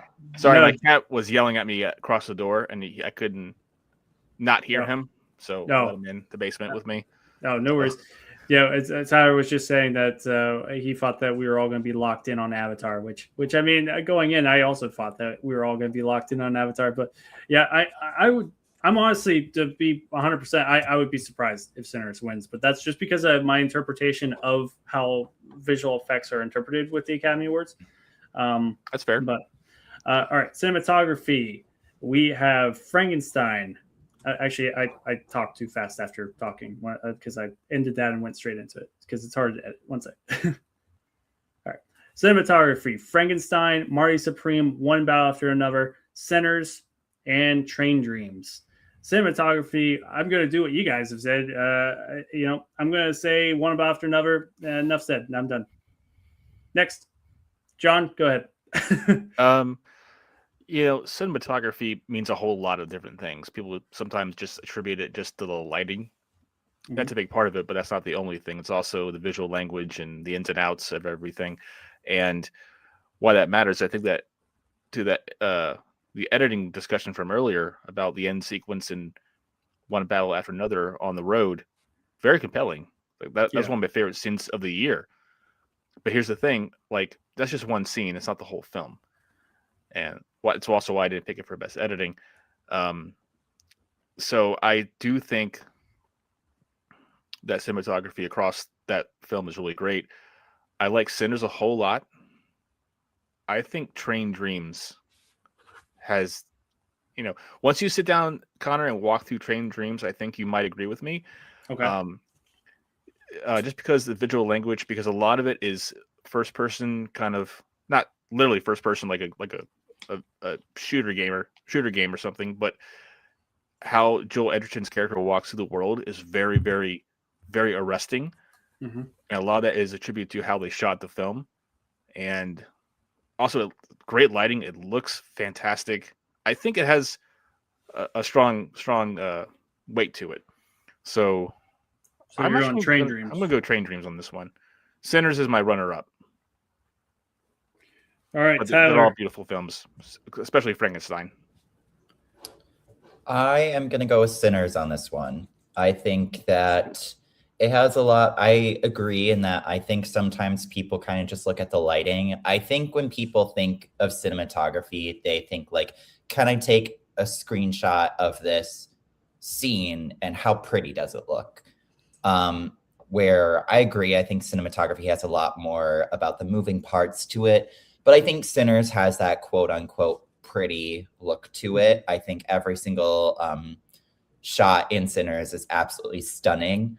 And so I think that's what they're going to go for. But I would agree otherwise. I think Train Dreams is going to be a runner-up for the same reason. I think Train Dreams is really stunning in how it builds its world and how the main character kind of perceives the world around him and really kind of immersing you into that same perception. I think it does very beautifully with its cinematography in Train Dreams. But I'm going to go with Sinners and then Train Dreams as a runner-up. All right. And we're getting into our final four categories. We are getting down to the nitty-gritty, and we are starting with actor in a leading role. Actor in a leading role is one that I feel the most opinion towards, I guess, out of the ones. That might not be the case when I look over the other ones, but as of right now, this is by far the one that I'm actually have someone that I would substitute, because previous ones I've not. But nominees for actor in a leading role are Timothée Chalamet, Leonardo DiCaprio, Ethan Hawke, and Michael B. Jordan, and Wagner Moura. I mean, without a doubt, we've kind of went over this. I feel like Leo is really good and One Battle After Another. I love One Battle After Another. I don't think his performance is anything outstanding here compared to the surrounding cast he has. I would personally put in Paul Mescal here. I love Paul Mescal's performance, and I think it works incredibly well with Jesse Buckley, and just the emotion that plays out when he I guess you've all seen Hamnet? Okay, cool. So the emotion that takes place when he rides home from what most likely a letter saying that his daughter is pretty much on her deathbed and to come home, and he comes home and he sees his daughter standing there, and he has that moment of celebration where he picks her up and it's kind of dancing around with her, and then he's just like, where is Hamnet? And and at that moment where he realizes things aren't okay here. I mean, that moment is devastating to me, and that's the moment that I think pretty much symbolizes his role here. I think that moment alone is more powerful than anything Leo does in One Battle After Another, but that's also because One Battle After Another is a much more comedic performance out of Leo than we typically see, apart from Wolf of Wall Street. But yeah, I'm personally, if I'm going who I want to win, I'm going Ethan Hawke. Who I think is going to win, I'm gonna go odd here, and I'm gonna say Michael B. Jordan. Although Timothy obviously is the talk of the town right now, I'm going Michael B. Jordan for the win. Tyler, what is your opinion? Yeah, I think going back to what we were discussing earlier with screenplay and going all the way back to the beginning of the podcast when we were starting, just when we were talking about best makeup, I think that if, spoilers for later, I guess, if One Battle After Another is going to win Best Picture, I think it stands as a pretty strong chance to bring Leonardo DiCaprio with it. Last year, I ended up predicting Mikey Madison for Best Actress against not even against my better instinct, against what I wanted to happen and what was happening all season with Demi Moore winning Best Actress. But it ultimately came down to there's no way Anora wins Best Screenplay, Best Director, and Best Picture, and it doesn't also win Best Actress for Mikey Madison. Now, Mikey Madison was also like the lead of Anora, and she was like the entire film, where Leo is not like that anchoring of a presence as Mikey Madison was in Anora. But he is the lead of the film. And so I think that if One Battle After Another is poised to win Best Picture, that stands as a really, really strong chance for Leonardo DiCaprio to get his second Oscar.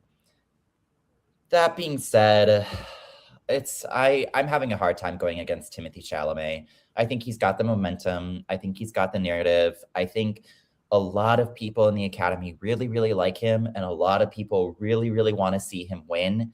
And Marty Supreme did do pretty well across nominations. So I think I'm going to predict Timothée Chalamet. But my runner-up, who I wouldn't be surprised, would be Leonardo DiCaprio. I'm going to go with you, though, Connor. If I was voting, I would vote for Michael B. Jordan in this category. I think he's pretty stellar in that film. Yeah. I was shocked when he popped up on there because I just felt like the buzz around him was kind of like dropping. But I mean, his performances are just phenomenal. He's, to me, by far there's so much good in Sinners, but he's by far that's an easy statement, but best part of the film because he is the film. Like one version of himself is always, there. All right, John, what about you? So, as much as I want. As much as I am happy that Wagner Moura is nominated, I don't think he's got a good shot. Too many unknowns, too much against him. Not that he wasn't phenomenal, because The Secret Agent and his performance in it is incredible. I felt the same way walking out of Blue Moon, just convinced that Ethan Hawke, he's going to get nominated for an Academy Award. Yeah. And the more I thought about his performance, I'm like, he better win this Academy Award. And yeah, I know Timothée Chalamet has, he's been kind of gearing up to get his flowers after the last couple of nominations of late. He could get it. I don't think he is as good as Ethan Hawke in Blue Moon. I really don't. And One Battle After Another, Leo's performance was serviceable. Like, he was good, but it was serviceable. It was more in line with Wolf of Wall Street, where he's kind of playing kind of the doofus of sorts, contending with everything, all the chaos going around him. We've all seen the movie, but Michael B. Jordan, like, it's just a strong case for it's anyone's race, honestly. So I think Wagner Moura is deserving of this nomination, and if he wins, I would be cheering for him. I don't think he has the backing to get there. And my taste is for Ethan Hawke. My choice is for Ethan Hawke. I think if there's a runner-up, it's going to be Michael B. Jordan, because of the impact that he landed. Not one, just two great performances into one film. So that's my position. All right. Now moving on to actress in a leading role. This one, Jessie Buckley, Rose Byrne, Kate Hudson, Renate Rynsby, and Emma Stone are the nominees for actress in a leading role. This one, similar to the last one, and I guess it's more divisive choice because are they supporting, are they lead? But I personally feel Kate Hudson can go away, and Chase Infinity should be here.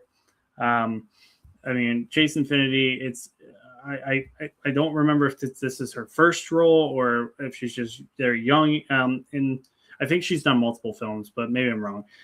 Tyler, do you know about her history? I know she's been in other things before. I don't know if this is her first. This is her first film. She's been in she was in a television show before this. Got it. Okay. So, I mean, it's very impressive for a film debut. I think she works incredibly well against Leo, but I think the scenes that stand out the most are when she is like face to face with Sean Penn's character. I mean, it's just, it kind of gives you chills when they're interacting because he's just so evil of a person.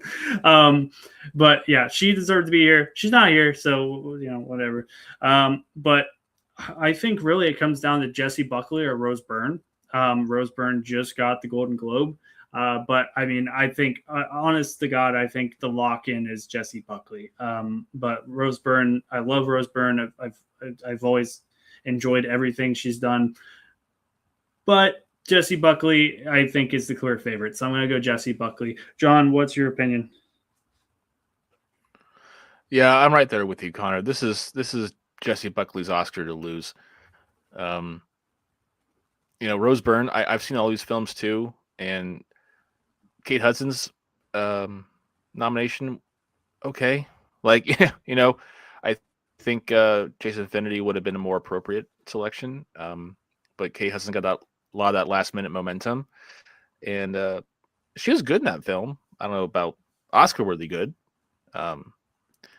and Renate Reinsva, I also think she's very deserving. I don't think, like Wagner Moura, I don't think she has the clout behind her, the big campaign behind her pushing her.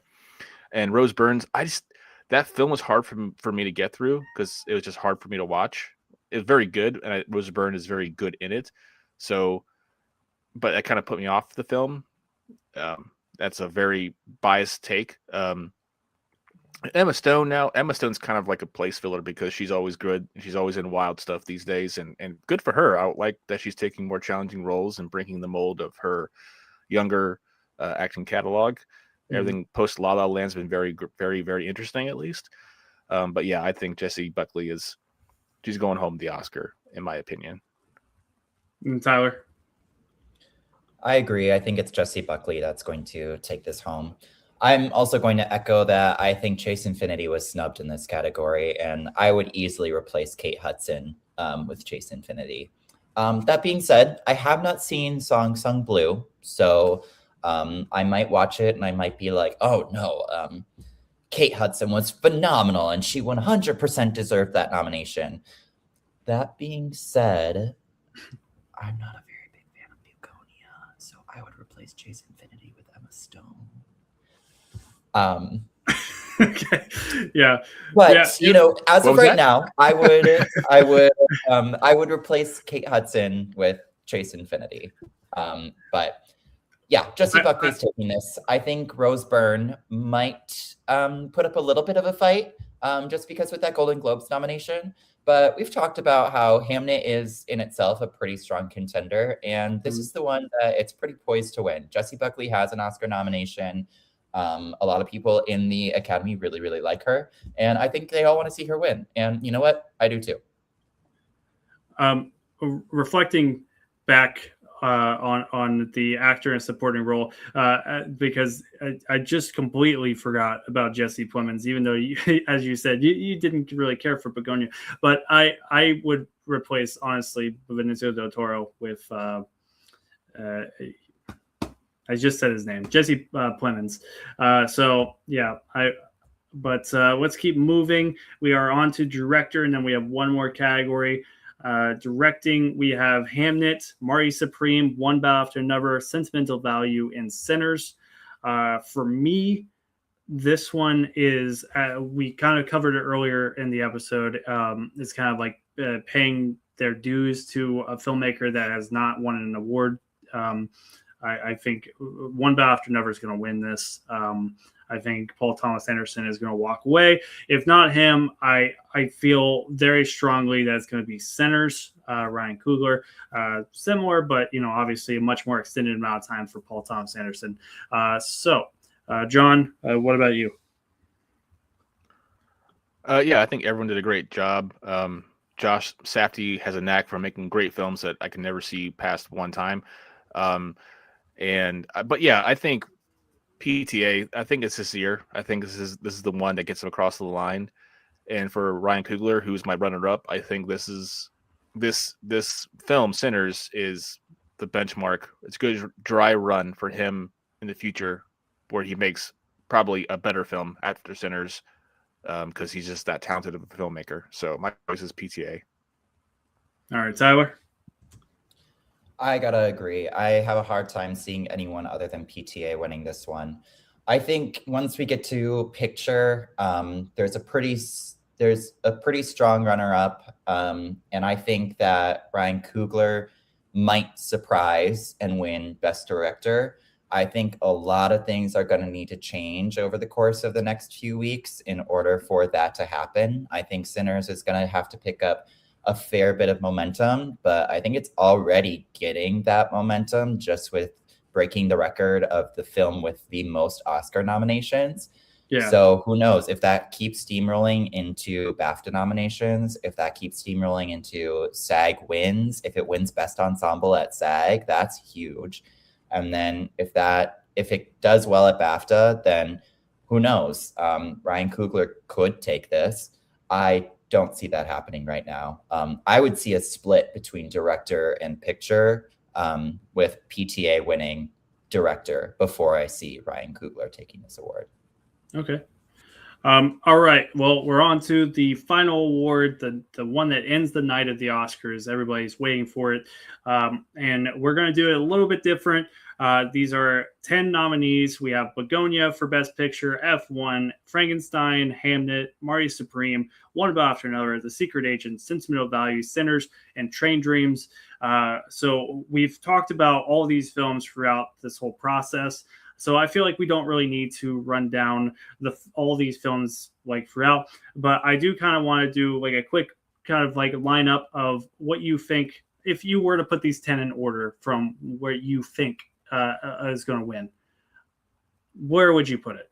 And I don't want like a huge, thinking about it just right off the top of your head. Like, this is what I think the Academy is going to do. For me, I personally feel like the least likely to win Best Picture is F1. Then after F1, I would say Begonia. Then after Begonia, I would say Train Dreams. Then The Secret Agent, Sentimental Value, Marty Supreme, Frankenstein, and then Sinners and One Bow After Another, I think, will come away with the win as far as the likelihood. But how do you guys feel? How would you do your rundown, Tyler, if you want to go ahead? Sure. So in my number 10 spot, I also have F1. 9, I have Train Dreams. 8, I have The Secret Agent. 7, I have Sentimental Value. 6, I have Begonia. 5, I have Frankenstein. 4, I have Marty Supreme. 3, I have Hamnet. 2, I have Sinners. And number 1, I have One Battle After Another. All right. And John, are you going to stick with the top runner with us? Or let's see, start with number 10. So my 10 is also going to be F1. I think I'm going to mirror Connor's list pretty much to the letter. Begonia's next. Then I think maybe Frankenstein or Train Dreams. And then Marty Supreme, Sentimental Value, The Secret Agent. I think Secret Agent deserves more love, but anyway. I don't know if I've already said Frankenstein. That should be pretty on the bottom of the list. I think the top two, everyone knows what the top two films are going to be. That's the elephant in the room. And I do agree with Tyler's split. I think if PTA wins director, they're going to hand Best Picture to Sinners. But I think it's very likely that PTA is going to, or I'm sorry, One Battle After Another is going to take both top prizes. But if there is going to be a split, that's what I'm going to say. If there is going to be a split, that's how it's going to be. PTA takes the director Oscar, and Sinners walks off with Best Picture. Because I think everything else, because the Dark Knight rule, as it is, when they start expanding past 5 nominees, is very silly. They should just given Dark Knight that 5th spot way back when, but that's neither here nor there. So my point is, though, 5 of these spots are just fluff. They're fluff. They don't need to be here. Keep it 5. Keep it simple. And I think the clear winner is down to those 2 films. I'm going to say One Battle After Another is probably going to win Best Picture. But if there's a split, it's going to go to Sinners instead. Yeah. And I think, honestly, both films are going to have huge discourse no matter who wins. Correct. There's so many people that dislike Sinners. There's so many people that dislike One After Another and don't understand the hype. So those are the same people, by the way. The same group of people hate both those films, and those are you're probably right. I've read them on Twitter or X or whatever, and like, oh my god, they're exhausting. Yeah. Anyway, I mean, none of these are what they want. So, but correct. It's whatever. But March 15th, the Oscars will be on Hulu and ABC. I guess not Hulu at the time because Hulu will be dead. For Disney Plus, I assume. Yeah, I mean, make sure to check them out. I mean, it's like we've said, that are definitely something that we've kind of always, or more so in recent years, really grown towards. And it's kind of like our big event of the year that's really honoring everything we love with film. We may not agree with decisions that are made that night, but we'll definitely keep our fingers crossed that our picks are what are selected. And we'll definitely, closer to time, be putting what we said here onto Instagram as far as our choices, whether that be graphics or clips from here. I don't know yet. But for now, this concludes our selections, and I hope you stuck around. If not, hope you skimmed through. Either way, thanks for listening to the Cinefied Podcast. You can find more of our episodes as well as all of our written reviews on cinefied.com. You can follow us on Letterboxd as well as all major social media platforms to stay up to date with our latest content. Now pop some popcorn, grab a drink, and remember, stay cinefied. Till next time, see you guys.